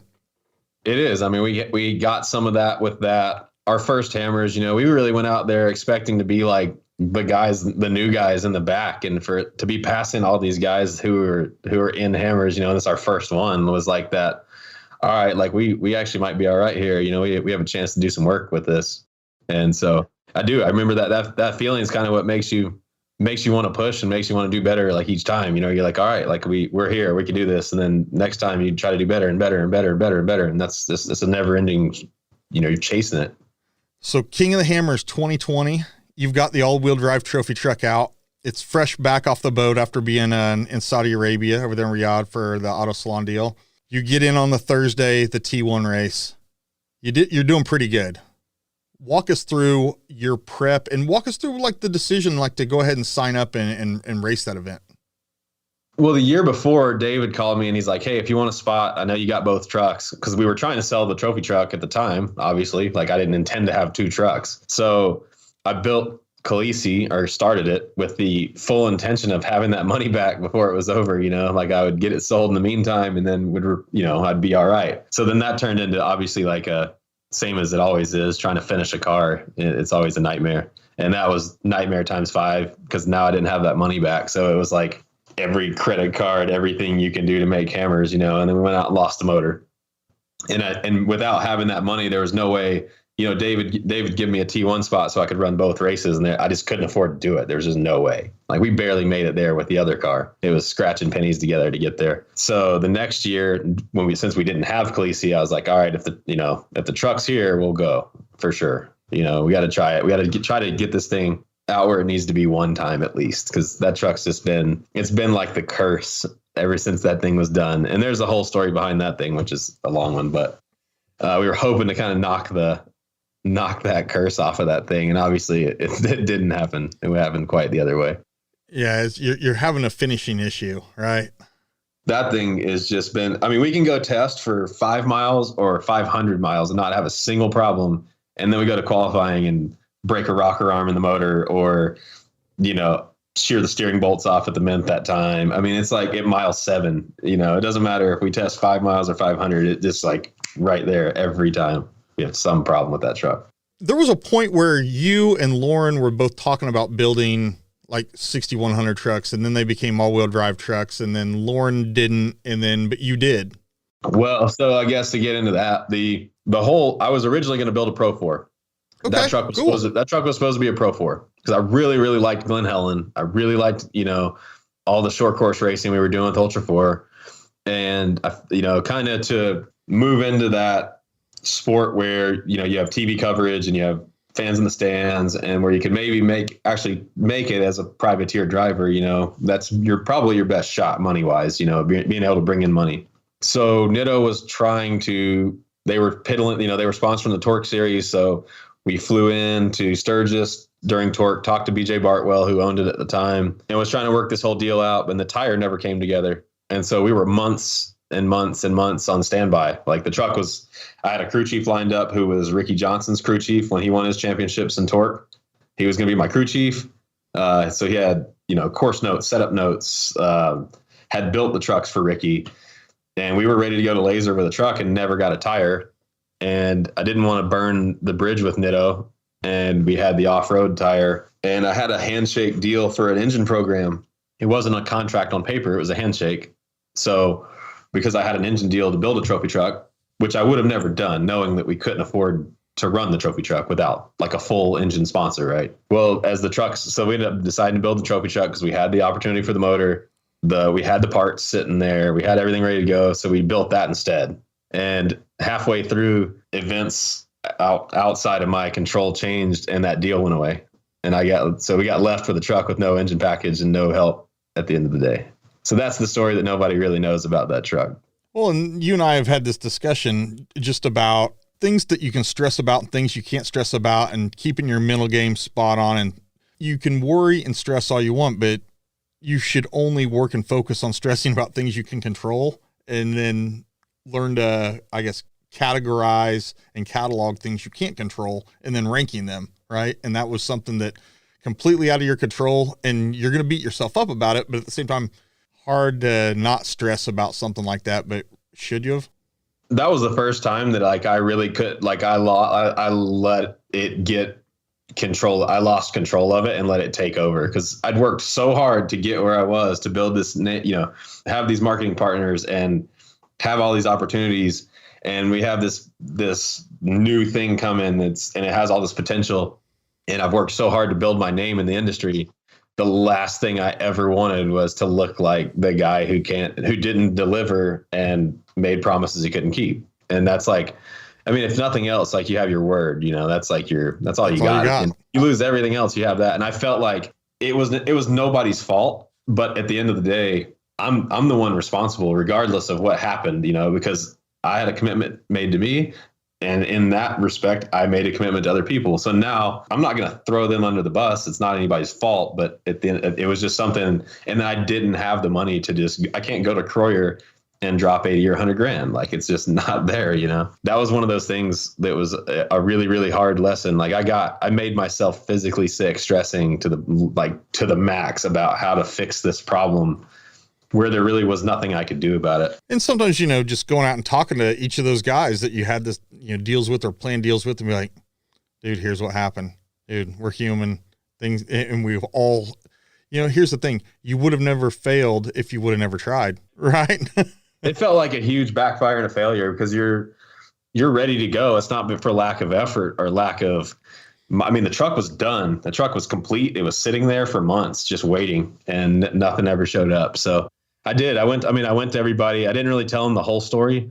I just told them that it was, I kind of gave them a quick, the PC version, Cliff's notes of it, because, like I said, I just didn't want to be. Also, on top of that, I didn't want to be the guy going in there and blaming it on other people either. Like, I was trying to figure out how to salvage this whole thing and not let anybody down, but I was. And it was a really hard thing to deal with. Like, finding a sweet spot to where do you do? Well, I think you did the right thing, right? You walk away from it with two things, right? One, that you've had to, basically talk to everyone that was involved and walk everything back. There's a lot of value in that, even, and then there's the recognition of failure, and then what you do with failure. And I think when you look at failure, dude, it happened, But then you figured out a way to move forward. I just saw you race that truck a few months ago. So I don't know how much of a failure you want to say it was 2 years ago, but you've taken it and you've continued to push it forward and forward and forward and move the ball. And that's the key. I mean, it's the ones that, they hit that brick wall, that there's a failure, and then that's it. They turn around like it's a dead end and they move backwards. You actually, I hit the wall, but look, I can go left and I can go right. And maybe at some point I get a chance to go around the wall, and you've done that. The trophy truck was the first time, when we built the first IFS car, I brought everything I thought that I could, that I could culminate and, to bring to Randy, to bring to Jimmy's and help. Because I knew Lauren, we knew Lauren was going to be building a twin to my car. So we kind of helped try to do everything we could to build this team. Then the trophy truck, I could do whatever I wanted to because nobody else was dependent on it. So we tried different things in geometry that was very similar to that car, but they were improvements. And they were things that I could try that was not going to affect anybody else. And we crushed it. The truck really works good. So then the more we learned, they took everything from that trophy truck. And that's what went into Khaleesi. So, and the new generation that Jimmy's 4x4 has in their front end, is very similar geometry to the trophy truck and even improved upon now. Everything that I knew we could do better, we gave to that. So everybody that has that newest generation of front end has all that geometry and stuff that we've, swung at and learned over the years. And and Randy gets to give that to his customers, and give them a good car. So I think that's a good give back, right? From you, being the test bed, pushed them. I mean, there's no one else out there pushing as hard on those cars in singular instances than you. I mean, Lauren is out there banging the hell out of his car, and Derek West banging the hell out of his car. I mean, there's a lot of Jimmy's cars getting the crap beat out of them, but from single instances, nobody's doing them bigger. Yeah, man, we've gotten some super cool opportunities to really put that thing to work. I think I always wanted to go back and race a desert race like we talked about in the ULTRA4 car, and getting to do that at Battle at Prim this year was probably one of the most fun days I've ever had in a race car. There's a handful of those days that stick out in your mind, and Battle at Prim, we set the overall pole in trophy truck in class 1, and by I think at least 2 seconds, 2.5 seconds, 3, something right in there. It's not a best in the desert race. It was a snore race, but there's still a lot of fast guys there. And James Dean, there's not many guys in the desert faster than James Dean, the LVDC car here in Vegas. Bright green. Yep. And I mean, you see him go. He was the only guy that passed Bryce, I think, at Vegas Reno, and Bryce won it. He lost it, he passed Bryce and then lost to Trans, and then Bryce won. And so for me to be able to, and James, I know his grandfather really well, his dad, him, they're a great family. His grandfather is the one that gave BJ Baldwin and, all these other guys, they're starting racing. He's kind of the grandfather of off-road, Butch Dean. And so Butch, after the race, for Butch to say it was one of the best races he's ever watched, I think it was one of the biggest compliments I've ever gotten. Him watching me and his grandson battle and say it was one of the best things he's ever seen. Yeah, I think I got familiar with Butch's whole program back in the day when TJ Flores was working for him, doing prep work for him and racing out of his shop. Yeah, TJ won all his championships out of underneath Butch and was his guy, for everything. And then TJ did a little bit. He got into 4400 for a little bit, trophy truck for a little bit, and then just completely fell out of the scene. I don't think he's involved in any race stuff today. Yeah, I haven't seen him in a long time. That was a bad. It sucks. He was a good dude. He just kind of whatever happened. It's just life, I guess. Right. Things happen. Stay tuned. Your talent tank is in full get. For the past 10 years, there has been a group of individuals working hard, pushing the limits of what's possible with suspension spring technology.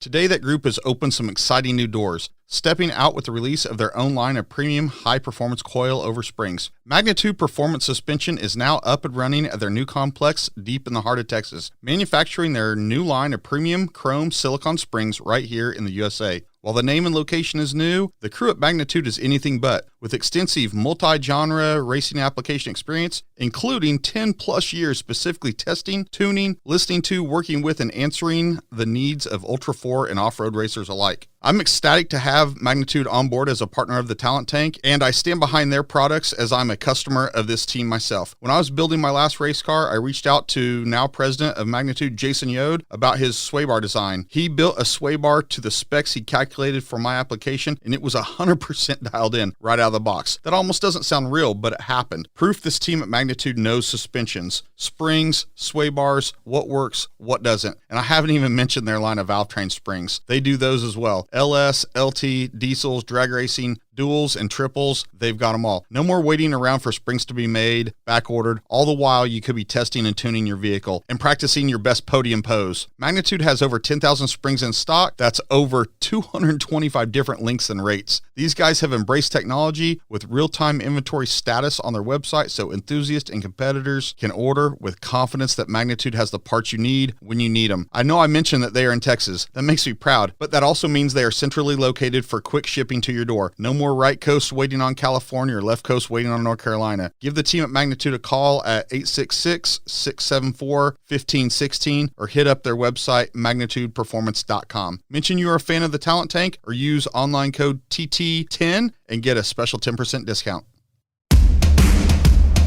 Now, back to the show.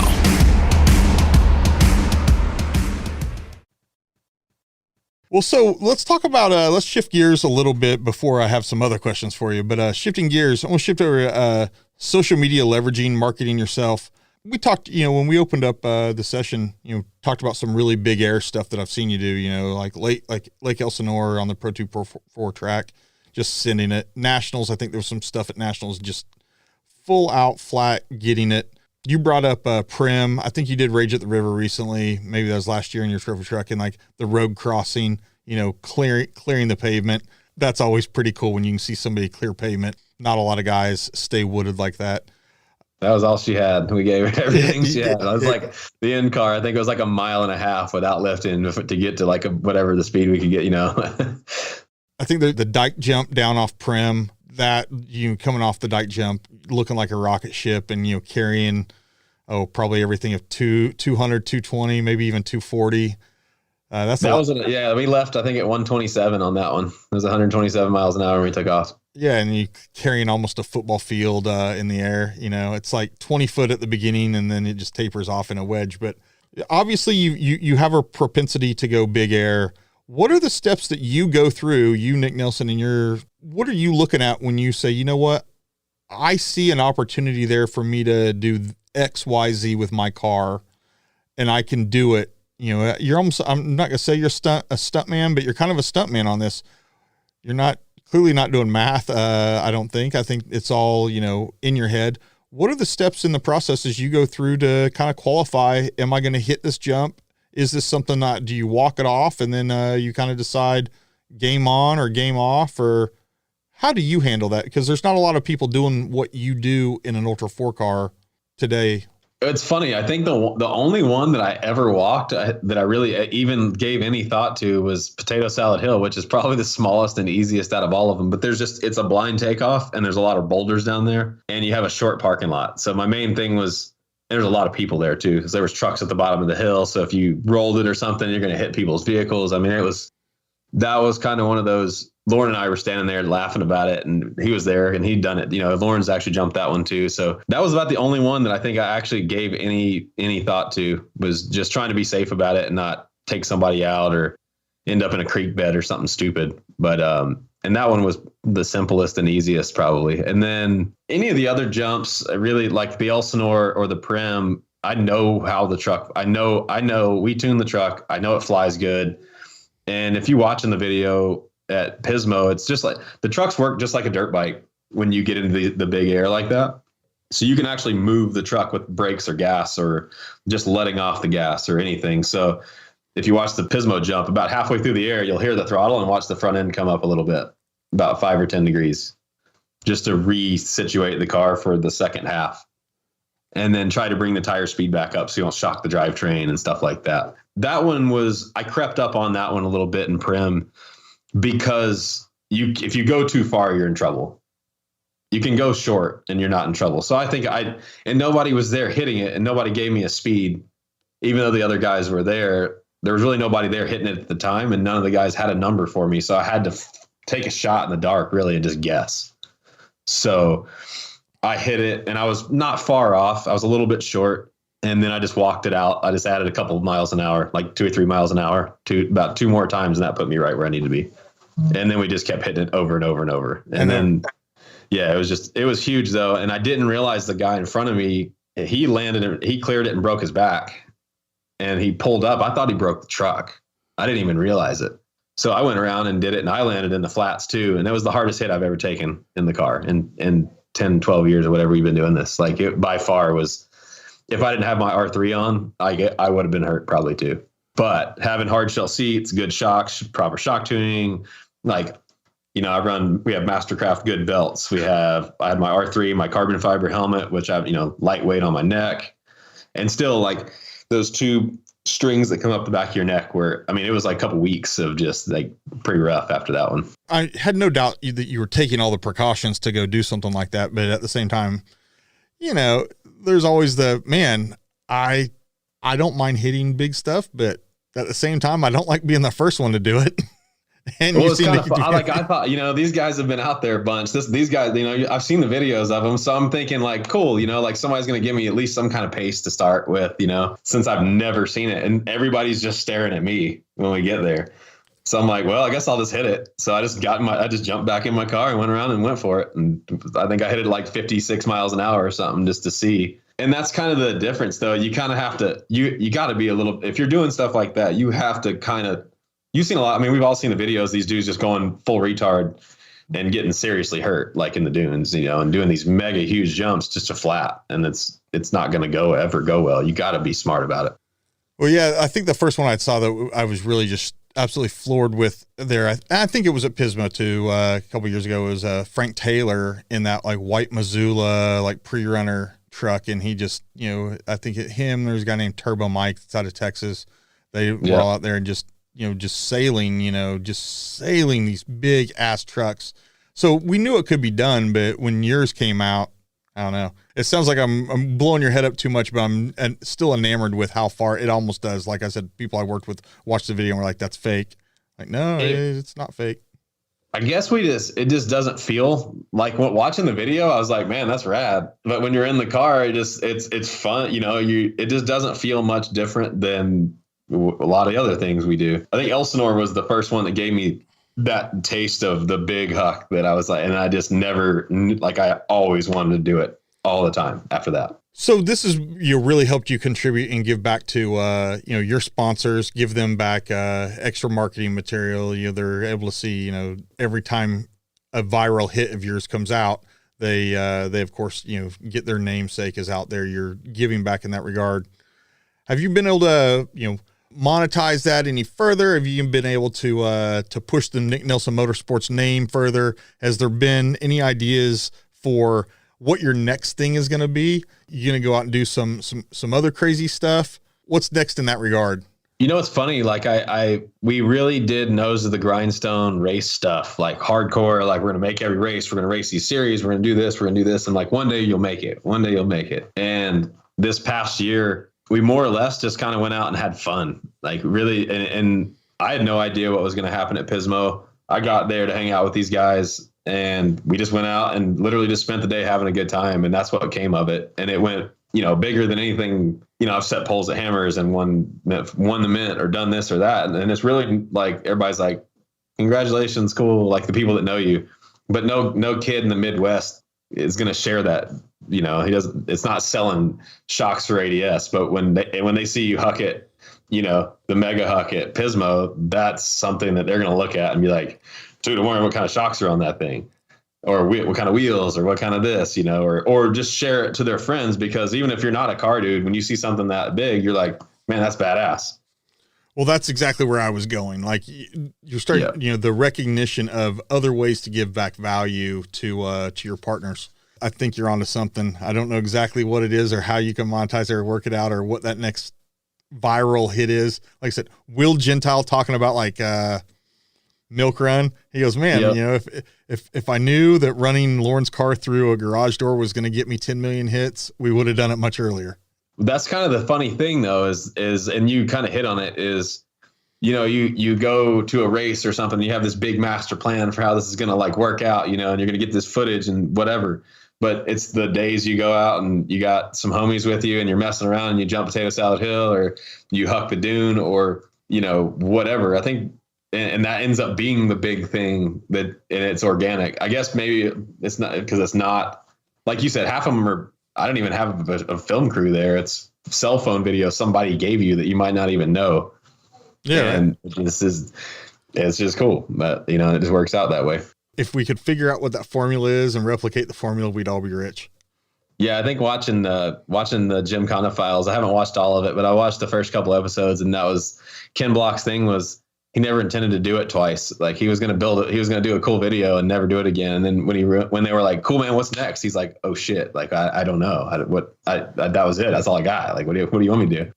And now they're 10 plus in, you know, building cars for he each was one. Finally like, I'm done with this. Like I think Pastrana's going to do it now or something. It seems like he's going to take over it because he's just like, all right, I think I'm out. I think I've got enough.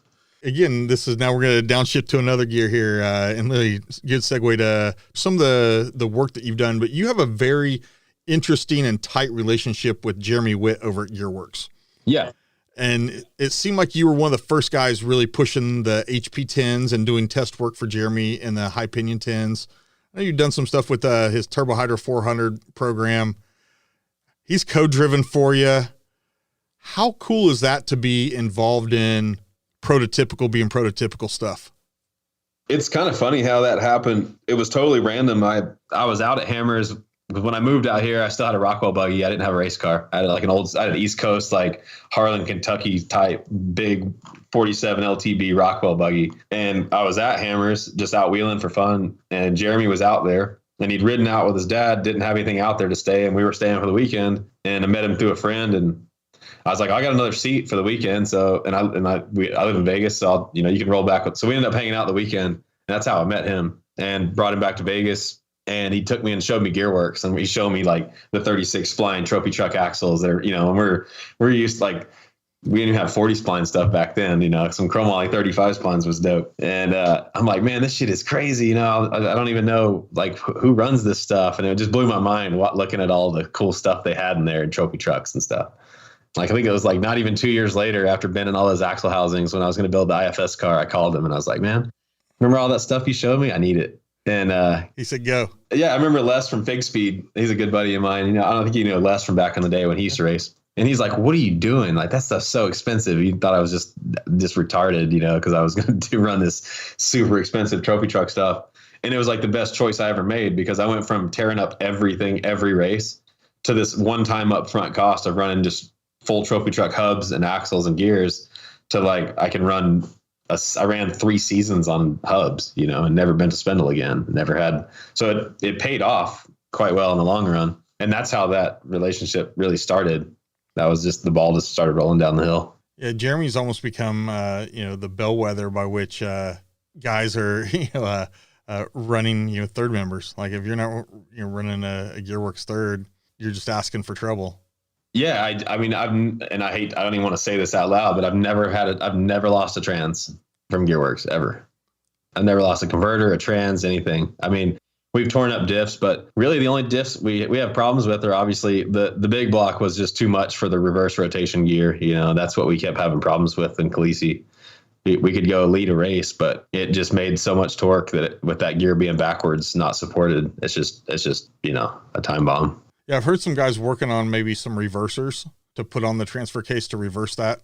Yeah, and in that car, that would have been, if the car had been laid out differently, I could have done that. But just to redo it, I think that's what Lauren did on his, and they had to move the links, which changed the geometry, which changed everything. And that car, I spent, probably hundreds of hours with Jason at Jimmy's, making sure that the anti-squat and the pinion cycle and everything was perfect to match that front end, because everything.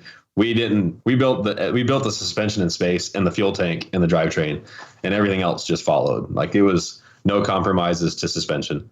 So really, it just wasn't even really possible to put it back together right and move everything where it needed to be to go to low pinion. All right, man. Outside of that, I have 2 future questions for you. The first one, we'll take it one at a time. The Diamond T, man, you were building a Mr. Northrop style little Diamond T trophy rat, something like a trophy rat. What happened to that? On hold? Yeah, just with this, when we ended up not selling, we ended up having both trucks still in the shop. And so I just couldn't throw any money at it. Gotcha. And it's in my shop right now. And it's not going to be a wrap. It's going to be a little something different that nobody's done yet. So it'll be cool. It'll come around sometime. Front end's built for it right now. Like I built that whole new 2-wheel drive suspension kit. So it's sitting in the shop built, ready to go. And the cab's sitting there and trailing arms are sitting there. But we may put that front end in another project. We're weighing the options when you're asking what's next there. I'm debating on a couple things. So it's just sitting there ready to go until I decide what to do. I mean, that's good. I mean, it's okay not to have answers. Just like when we were talking about going to college, what do you want to be when you grow up? It's okay not to know. Well, I really, really, really, really want to do that project, and it will get done someday. I'm all about that thing. But in the meantime, with what we have laying around the shop, we may make something we can just go out and go big with, and may just make a hucker just to go out and have fun and send big. All right. I like it. All right. Here's my last one. This is the one I've been looking forward to for quite some time here. Perfect.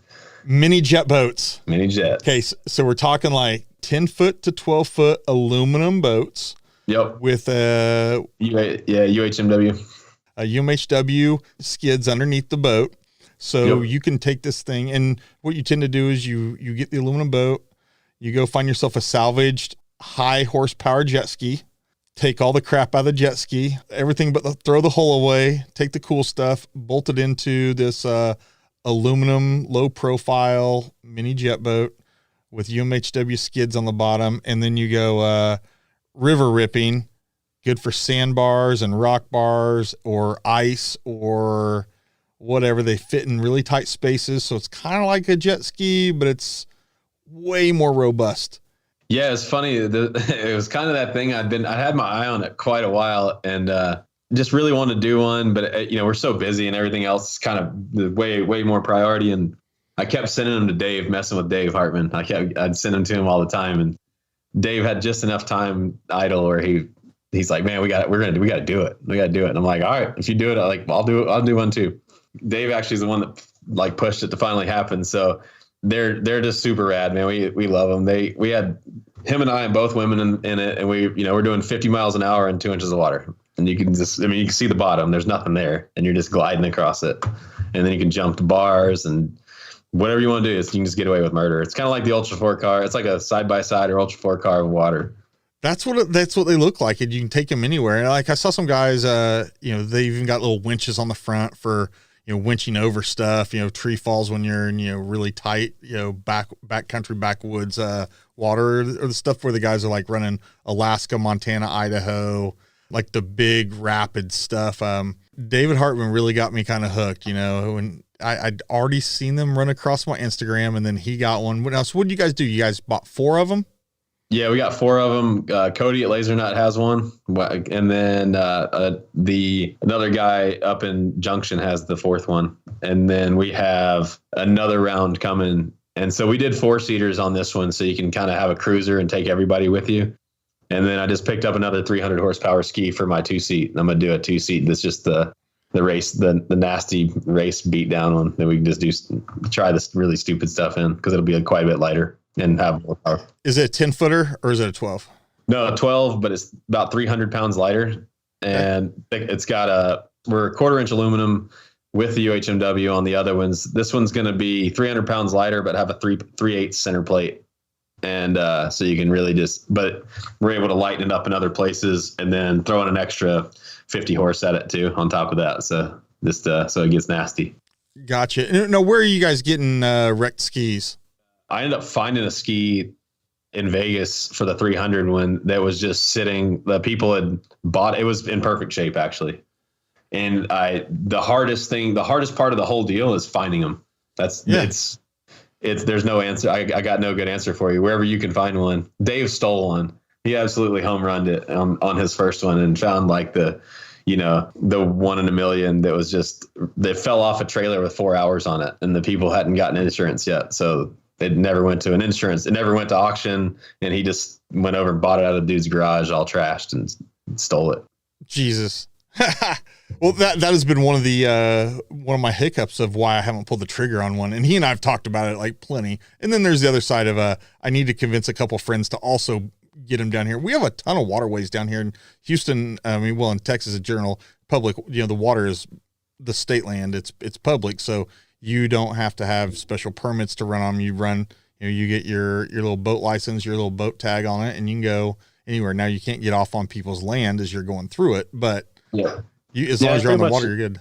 Yeah, that's pretty much it. Like, we were on the Colorado and we've taken it to Havasu, and we ran up by Topak and Havasu. We went and ran the cattails, and this is like a little single line. Like, it's kind of like a little race course through the cattails. And then we shot through a bridge, and there's about 4 inches on both sides of the boat. And you can pretty much do whatever you want. There's nobody there to mess with you or tell you what to do. And at least for now, we'll see how long that lasts, but they're a good time. And you definitely want to have, you got to have a couple with you. That way, if you get into something, you can get each other out. They're just heavy enough. Yeah, that's what I'd seen. I think the ones with the winches on the front.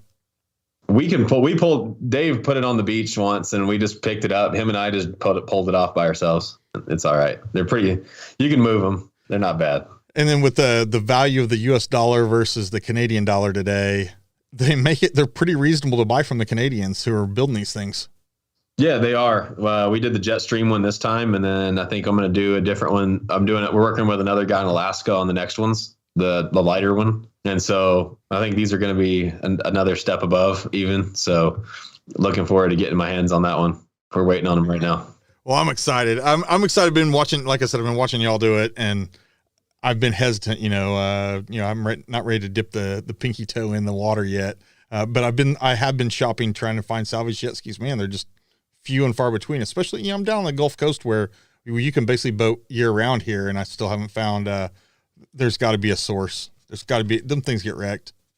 Yeah. We thought, we're digging hard, but it's not, they don't come easy. That's for sure. Then we're going to do a video with, KC and some other sponsors are going to jump on, and we're going to do a good video. And I don't know, you've probably seen Blake Wilkey's boat. I have. Yeah. The other guy. So Wilkey, myself, and Dave are going to go and film some stuff here coming up. So hopefully you guys will get to see something cool from that here pretty soon. And see, there you go. I was asking what's next for the viral stuff, and it's not necessarily going to have, rubber and wheels and tires and horsepower in that regard. It's going to be on the water. Well, we still got a trophy truck sitting there, and I got some parts sitting there. So you might see it fly again someday soon. Someday soon. Well, Nick, thank you again for coming on, man. Did we check all the boxes? I think we got more than all of them, but it was fun. It was fun kind of digging into some of the stuff we hadn't talked about in a long time, man. I appreciate the opportunity. Badass. It was a fun trip down memory lane. Plus, as well, just learned so many things about you. Like I've known you for a lot of years, raced with you, even pitted with you at Parker one year. Yes, sir. When you're running Joe DeLucci's trophy truck at that point, and then just all the hammer stuff. But it was cool I just didn't know stuff about you, and you really. I was fully entertained. I hope everyone that listens to this is entertained as well, man. You're a fun guy, man. Hopefully we didn't run down too far down the rabbit hole on some of that, but yeah, dude, it's been a roller coaster, but you know what? That's just what you just got to take what comes your way, right? Yeah, but you got to be doing something right. I'm talking to you, right? That's a low standard. I finally made it, homie. I made it. Well, hey, you guys should follow this guy. Follow this guy's at least on Instagram at a minimum. It's the N Nelson or then Nelson or the Nick Nelson. Yeah, most people miss that second N there. Yeah, it's snuck it in Nelson on Instagram, man. This guy's always got viral stuff on there. Give him a follow. You'll like him. If you're in ULTRA4 and into ULTRA4, obviously, if you're listening to this, you know who Nick is. And if you don't, well, now you do after the past 2 hours, man. Appreciate y'all tuning in. Nick, thank you. I appreciate it. Can't wait to see the next things you put out, okay? Thanks, brother. You have to come party on the boats with us soon. I got to build one. All right, we're out. I hope you guys really liked this episode. It was a really fun one to make, as usual. I really have to thank my 3 partners on this. Custom Splice, those guys, if you need anything for off-road recovery or even on-road recovery or any projects, please hit Todd and his crew up at customsplice.com. Give them a call. Machining, oh my gosh. Branding Machines, Stan and Brandon, those guys over there in Fort Wayne, Indiana, they do it all. If they can't make it, I don't know who can. If you need it made, they will do it. Hit those guys up. They're a big supporter of the Talent Tank, and I value their involvement. And then last but not least, Magnitude Performance. Jason Yode and company, they're in Nacogdoches, Texas, and everything that they've done for the Talent Tank and getting behind and supporting this this venture and this project and everything. Give them a call for your suspension needs. These guys do magic with springs. And then the parent company, Mass Motorsports Engines, man, they have engines on lock, hand built, lots of horsepower. They're your guys. Thanks, guys. We'll catch you next week. Thank you for listening and taking a dive into the Talent Tank. Please like and subscribe on Instagram @The Talent Tank or our website, thetalenttank.com.